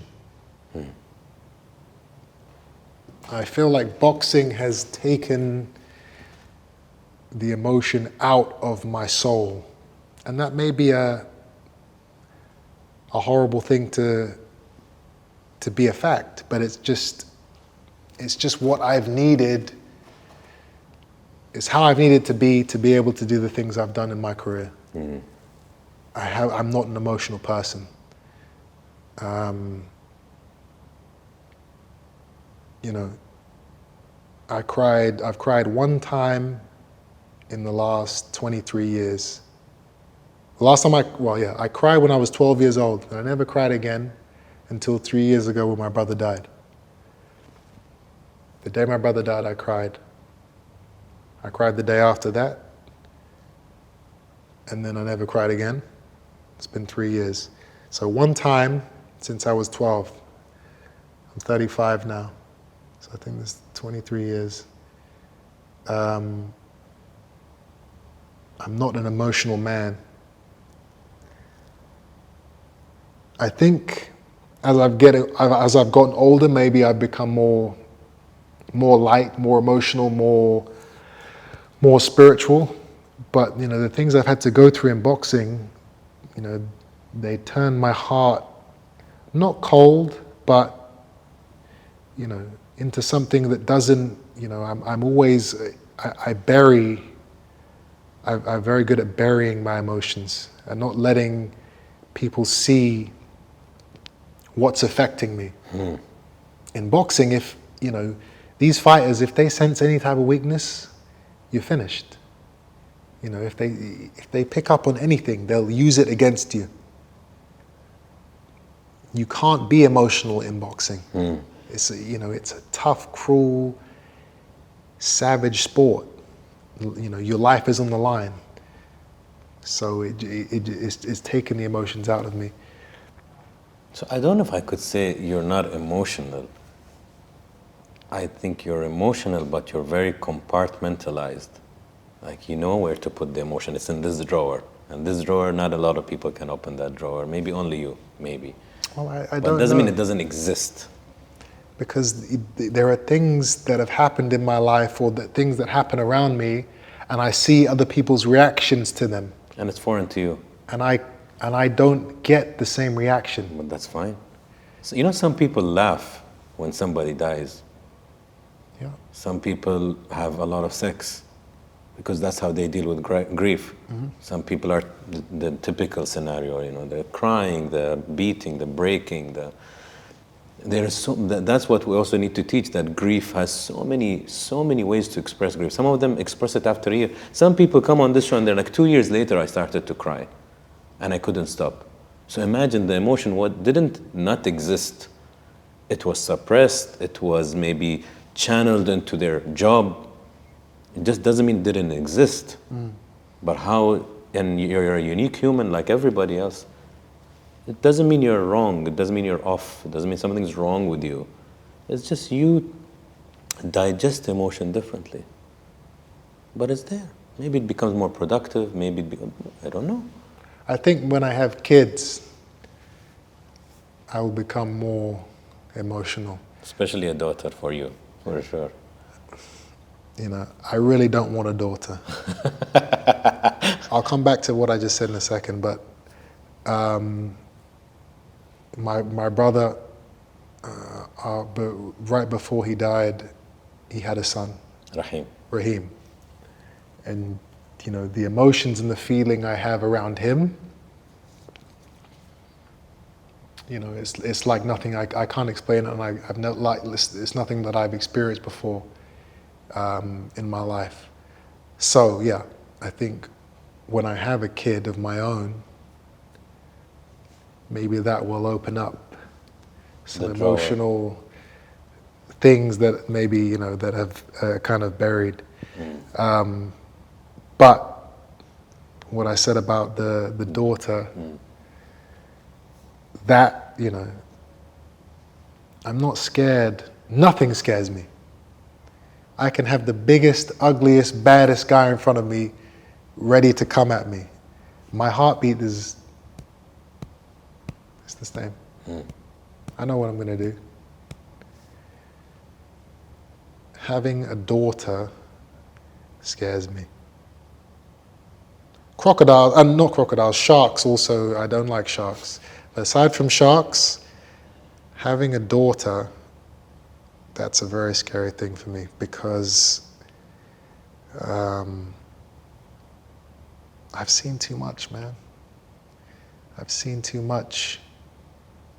And I can't process the thought of having to bring up a woman in this world and having to see her grow up and go into the environments and the situations that I see so many of these women out here going into. That would kill me. And the only way to kind of prevent that is to teach, is to explain about the pitfalls and about the situations that you're going to come into with men and society and the workplace. And, you know, and I've seen very bad things. And it would break my heart to have to sit a little girl down and have to tell her about all the things that she's going to come into and that she's going to experience. I don't want that pressure, that responsibility. I don't want it. I must have a son. The son, I know what a man is. I know what men go through. I know how to prepare a man for the world. And I would enjoy doing that. I would not enjoy having to prepare a woman for the 21st century. Would you rather lose all your memories or never be able to make new ones?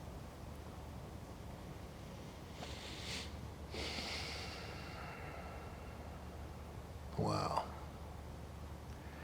That is a wild, wild question. I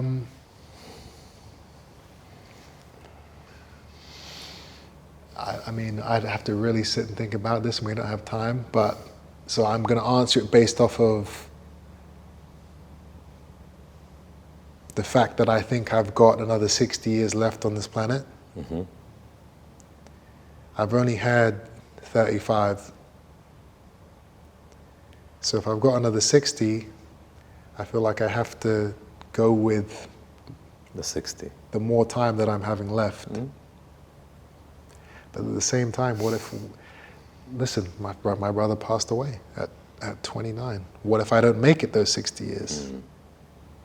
So then when you think about that, It's a tricky question. I don't even want to answer it. That scares me. That type of thing is scary to me. If your best friend, do you have one? Or a very close person? I have a few very, very close friends. Okay, if your best friend held a gun to your head, what would you tell them? Why are they holding a gun to my head? Okay. If your best friend pointed the gun and you know it's going to be done, what would your last words be to them? Still why? No, I'm asking you why is the gun at my head? We don't know. We don't know. That's the hypothesis. So this question goes, if your best friend pointed a gun at you, Okay. what would your last words be? If my best friend pointed a gun at me, what would my last words be? Oh my God, what? And then hopefully, he does the turn and then bang! You give him one of those. That's a unique answer. Okay, this is the card game. I'm going to give you a copy for you and your family, your friends. So, you mix. Okay, mix it. Then we'll choose one for you and one for the audience. So I'll choose one for you. Okay. Let's see what we get. Let's go with the first one. Okay. Okay. So I'm going to ask, you throw, and this is the way to answer. Okay, or the method. Do you think opposite genders can maintain a friendship without developing a love interest? Throw? Got to throw it just on the floor? Yeah. Come. Me and you. Everyone. So me and you have to answer. But you start. Okay. Do you think opposite genders can maintain a friendship without developing a love interest? As a rule of thumb, no. There are obviously, certain times where it can happen, but in general, from what I've experienced and seen in my life, if a man, takes the time to befriend a woman, then there is some type of sexual attraction. Whether he knows it or not, most of the time he will know it. He is attracted to this woman in some type of way. A lot of women, they try and, we're just friends. And sometimes they really believe it. No, he would never do that. But trust me, if that man is given the opportunity, if this woman comes up to him and says, hey, come on, let's go upstairs. You think that guy's going to say, no, absolutely not. He is going to run up there, pants down. So, as a rule of thumb, no, I don't think men and women can just be friends. It's an interesting question. It's always a big debate, and one of the best answers I've got, and I kind of agree, and it's kind of similar to yours, that if there is physical attraction by either party, it can never be a platonic relationship. If you're physically attracted to her and she's physically attracted, or one of you likes that person or will develop liking more. So it's a natural thing. The more time you spend around somebody, the more feelings you garner for them. Regardless of if that's why you started becoming friends with them in the first place, it's just what happens. You know what I do to a female who claims, and because guys, we know when another guy likes the girl. We know. Even if she tells you, no, he's only my friend, he's like a brother. You know what I tell these girls who would like to believe, because they see the other guy with the glasses of friend. they assume he's wearing the same glasses. So they'd like to believe that, right? So I'm like, okay, if this is him and you do this, would he kiss you back or not? And if the girl flinches, she knows. If she's like, okay. But if she goes, no, okay, then maybe I'll believe her. As soon as there's a pause. But if she has to think about it? It also depends on the attractiveness of either party. If the woman is attractive, you can never have a male friend, ever. And if the guy's a good-looking guy, again, it's, what are you doing with a female friend? It doesn't, why, how, Okay, if you guys went to school together from the age of 0 and you still know each other at 25 or whatever, and maybe, but how rare is that, If you guys meet each other as adults and one of you is attractive, impossible. Choose one for the audience that we can show to the camera.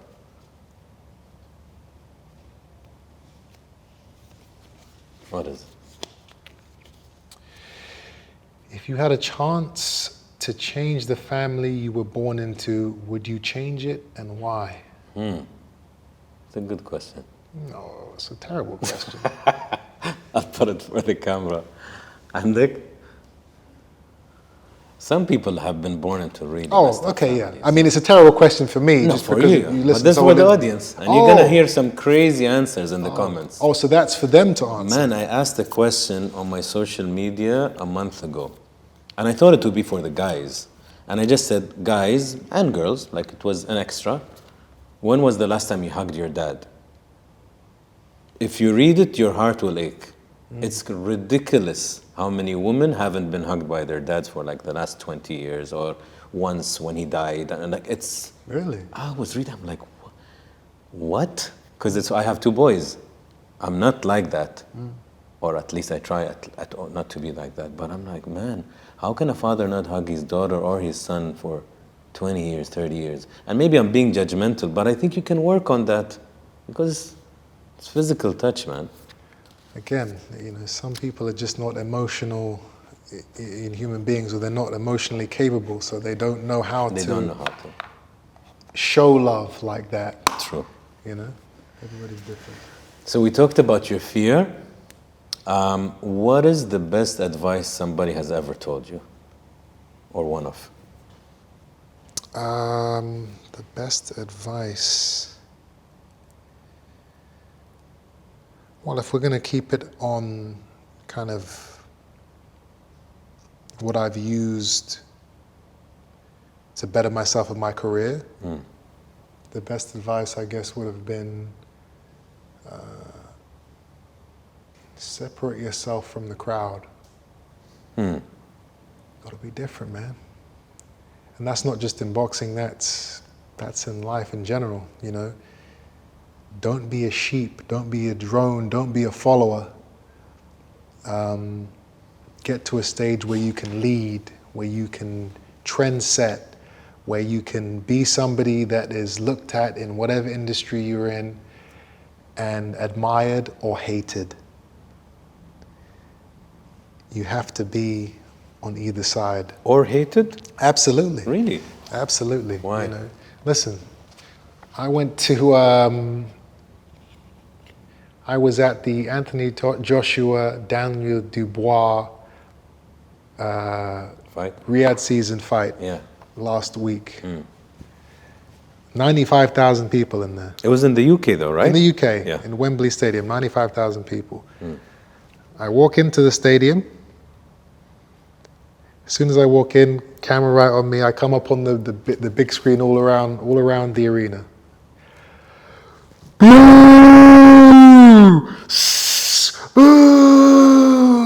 95,000 people, right? I'm up on the screen, I'll be, all this stuff, walk to my seat, right? The show goes on, an amazing event, Riyadh season. I leave out of the stadium. As I'm coming out, Chris, please take a picture, sign my glove. Hundreds of people. pushing each other out the way, Chris, right? So, love and hate. I'm in a unique position where people love to hate me. So it's actually different to real hate. It's like, oh, he's the villain, he's the bad guy. We're just supposed to boo him every time we see him. We're supposed to root against him. But they still enjoy it. It's still entertainment. It's still fun. It's still, I want to watch this guy fight. And that's what it is. You've got people that love you or they hate you. Both will always follow, comment, watch, subscribe. It's the people in the middle that you've got to be really scared about. If people are neutral, you're not going to make it because people don't care. If you've got a fight on Saturday night and nobody loves or hates you, they just, he's cool. You're fighting Saturday night, right? But what else is happening on Saturday night? There's a barbecue, there's a party, there's a sexy girl that's going to be at this club. And I've been trying to talk to her for weeks and she's going to be there. I'm going to the club. I'll watch that fight. I'll watch it tomorrow. I'll watch the replay tomorrow, right? That's the neutral guy. The guy that loves you, forget the girl, man. I'm going to see Eubank fight. I'm going to go and see him fight. The guy that hates you, I want to be there when this guy gets knocked out. I'm going to the fight, forget everything else. How interesting. Love and hate. That's what sells. That's what builds. That's what pushes you. That's what exposes you. Both of them equal money. Love or hate, separate yourself from the crowd. That's the only way that you get those types of emotions out of people. You have to be different.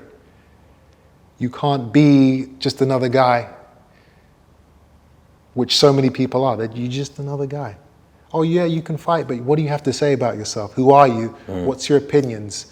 Unfortunately, a lot of boxers don't have much of an opinion. They just fight. But I have a logical question. Now, somebody watching this can say, okay, I know how to get to be different and I know I'll be hated and I'll receive some hate.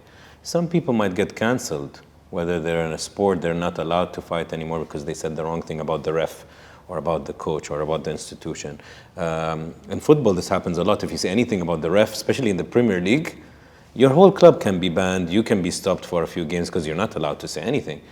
So, or somebody at work, he wants to be different, but he's not conforming to his corporate ways of, let's say, attendance, right? He's getting a warning letter. He's getting this, he's getting terminated, although he's a great asset as an employee. So it's very interesting how maybe, because I like how this is a really great clip on its own even, the love and hate thing. Now the question is, if it's more hate than love, is that unhealthy? Should the love kind of be 50-50 or 60-40 and then you're okay? When it comes to the human emotion, there is no percentages. What I understood very early on was it doesn't matter how good of a person you are, how nice you are, how many fights you win, you're always going to get some guy who's waiting for you to walk into that ring and he's been dreaming about you walking past and he's going, boo, you're going to get knocked out. Fuck you. You're always going to get those guys. So you can't wrap yourself up all right, how do I change that guy's opinion? He doesn't want to change. He wants to hate you. He wants to dislike you. You can't control it, right? What you can control is what you do. And yeah, you have to be smart. You can't be stupid about it. All right, I want to be hated, so I'm just going to say absolutely everything and get myself cancelled and get myself fired. No, there'll be ways that you can separate yourself from the crowd while still keeping within the rules of whatever industry you're in. Yes, you have to be smart. Your chess game. For sure. Absolutely. Everything is a game. Everything is planned. Everything has purpose and meaning. And the guys who truly understand the game, they win. It's the guys who don't understand, they don't know the rules. They're just pawns on a board getting moved around. You want to be the guy that's placing, not the guy who's being moved and being pushed. Separate yourself from the crowd. What's the most painful thing somebody has ever told you? Something you can't forget. Could be when you're young. The most painful thing someone's ever told me.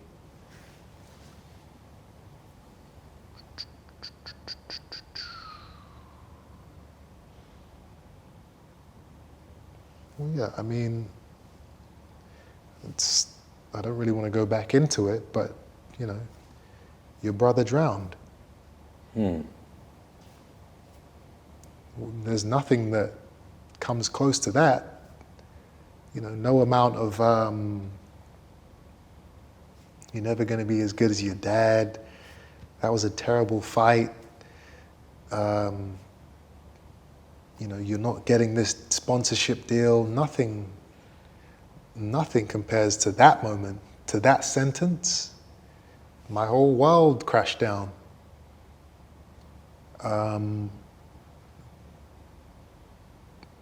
That's a pain that you can't describe and you can't prepare for.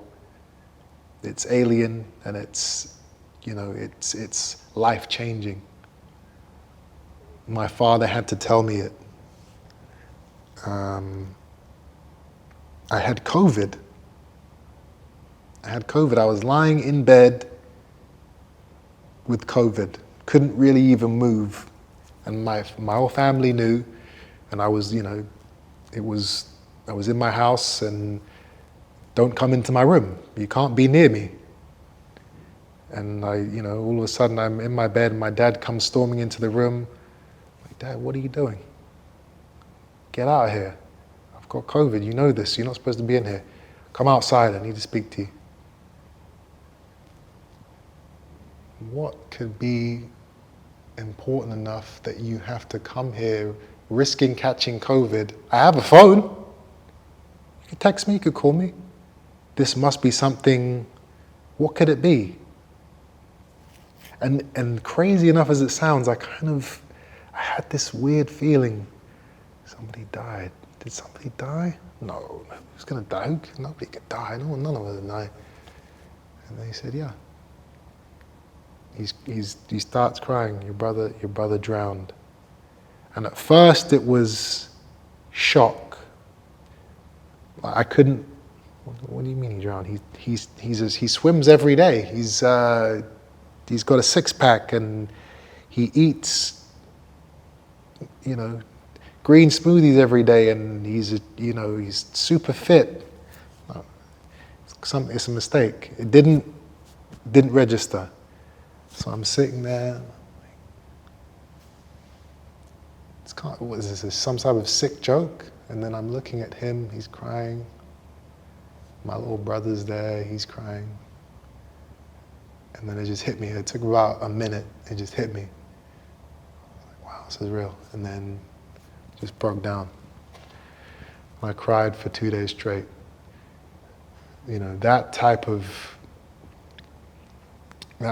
pain is, you know, it's not something I would wish on my worst enemy. And what made it even worse was that he was buried in Dubai. You know, his wife is Muslim. In the Muslim community, you have to be buried quickly, you know? And I couldn't travel because I had COVID. So I missed his burial out here in Dubai.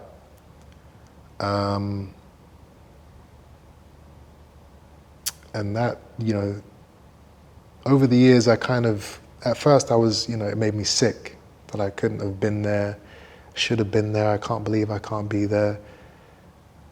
But now looking back at it, I'm, you know, and it might sound a bit harsh, but I'm glad I wasn't there because, you know, my lasting memories of him are, you know, us at the gym. us at restaurants, us at the cinema, you know, going out together in Dubai. That's when I think of him, I think of that. The rest of my family, their last thoughts of him are him being buried in the sand. You know, they take him off and they see his face, and he's drowned. He was there all night, so you know he's bloated and discolored. That's the image they have of him going into the ground. I don't have that image. I didn't see that, so it's kind of a blessing in a weird and harsh way to say it. But I'm happy I wasn't there for that, because it's a horrible thing, and you know obviously everybody's crying, and it's a horrible situation. When I finally got over COVID, I flew out to Dubai, and I went to his grave, and that was the first time I met Raheem, his son. Mm.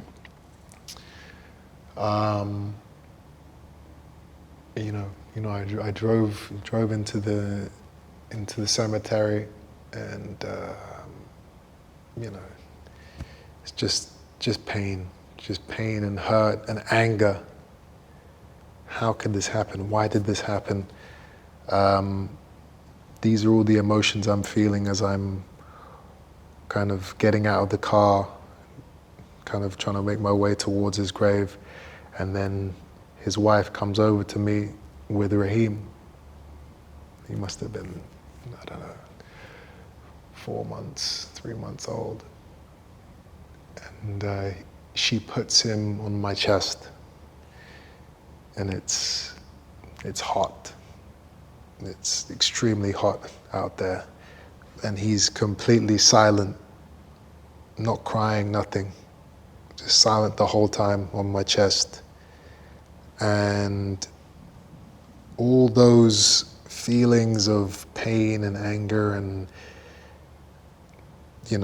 despair, they actually were subdued. They went away, because it felt like I had my brother with me right here, reincarnated in this little boy who looks just like him.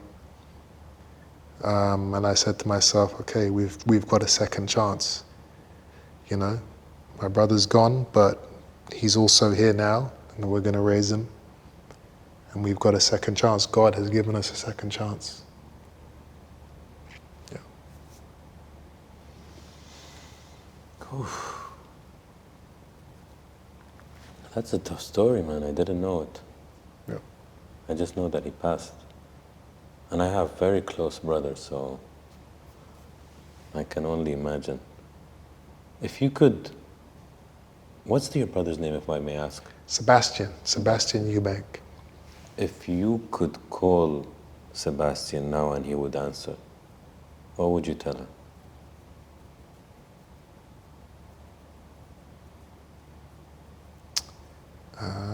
I would tell him I love him, and I would tell him his son is safe, and his son will never need or want for anything in his life. And his son will grow up to be successful and beautiful and happy, just like he is, or he was. You have a nice bond with Raheem, huh? Yeah. I posted a video of me and him yesterday. Mm. The first time he came to watch me spar. I'm sparring with another guy, and then I'm doing pads, and I'm hitting the pads, and he obviously doesn't really understand what's going on, but he sees me in front of another guy, and I'm throwing punches, and he knows what fighting is, so he starts like trying to hit the guy who's my trainer, and then he runs around and he kind of grabs my leg, and he's holding onto my leg. So I think he's trying to protect me from what I'm doing. That's so nice. Yeah, so that was a beautiful moment, which I just posted on social media. But yeah, people always ask me, You know, if you have kids, would you let them into boxing? Would you want them to be a fighter? And the answer is, it's not that I would or I wouldn't. It's they have to find their own path. If they want to try it, if they want to do it, I'm there full support. But I would never push them into it because I know how hard it is. And it's not something that you can ever really push onto somebody, because if they don't want to do it, if it's not in their heart, they're not going to make it. Correct. My father didn't think I'd be tough enough, so he blocked me from boxing for many years. And finally he gave up. All right, if you want to give it a shot, fine, do it, go do it. And the rest is history. But I think maybe him blocking me and forbidding me to do it actually made me want to fight even more. Maybe it was a tactic, I don't know. Maybe he's played a game on me this whole time, I don't know. But in terms of my kids and Raheem, I'm not going to push them into it. I know they have the genes for it, for sure, just like I did, but I wouldn't push them into it. But if they want to, absolutely. I will do everything I can to help them succeed. Last two questions. If, hypothetically, if I could take your heart and place it outside, what would Chris's heart tell Chris? If you could take my heart, Place it out. and place it outside of my body, Yeah. What do you think?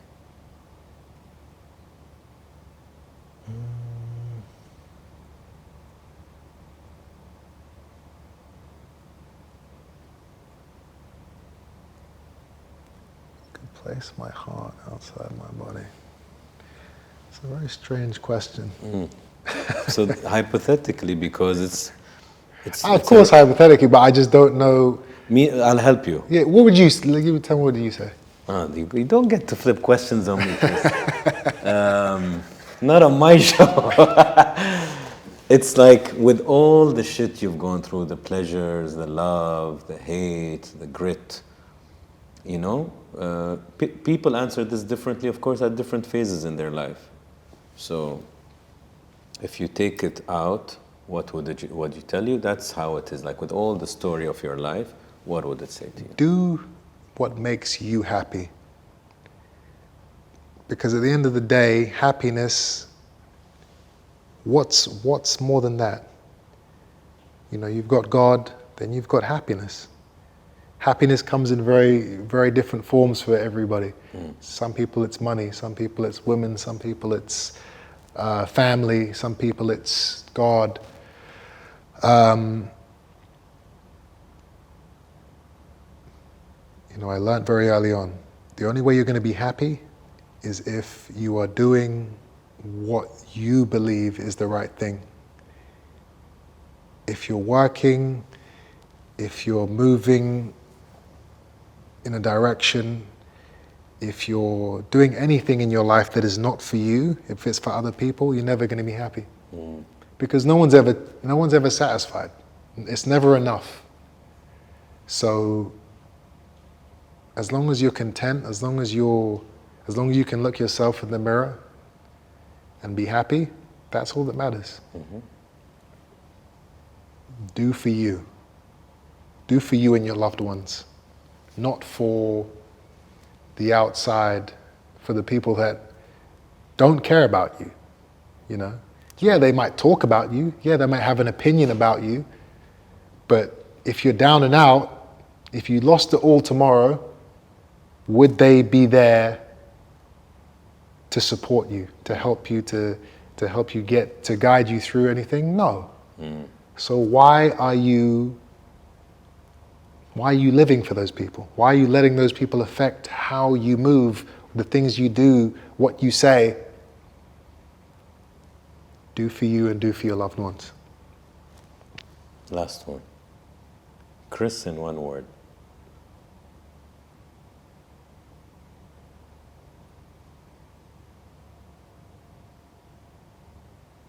Content. Content. Peaceful. I was going to tell you, you have a very Zen-like energy. When you said that my heartbeat is plus minus, like I can see it. I can, because I sit with a lot of people and I see how fidgety they are anxious, you're like, and it seems like it's an asset for a boxer. Because in a fight where everything is chaotic, if your mind is like Bruce Lee, like you're seeing everything like, okay, he's gonna do this, I'm gonna hit this, and you're clear. Peaceful. It's it comes from just experiencing so much, going through so many crazy and amazing and dreadful things in life that you just learn to accept and to understand and to flow and to not let that heartbeat raise when it doesn't need to be raised. You know, I want to live a long life. How do you do that?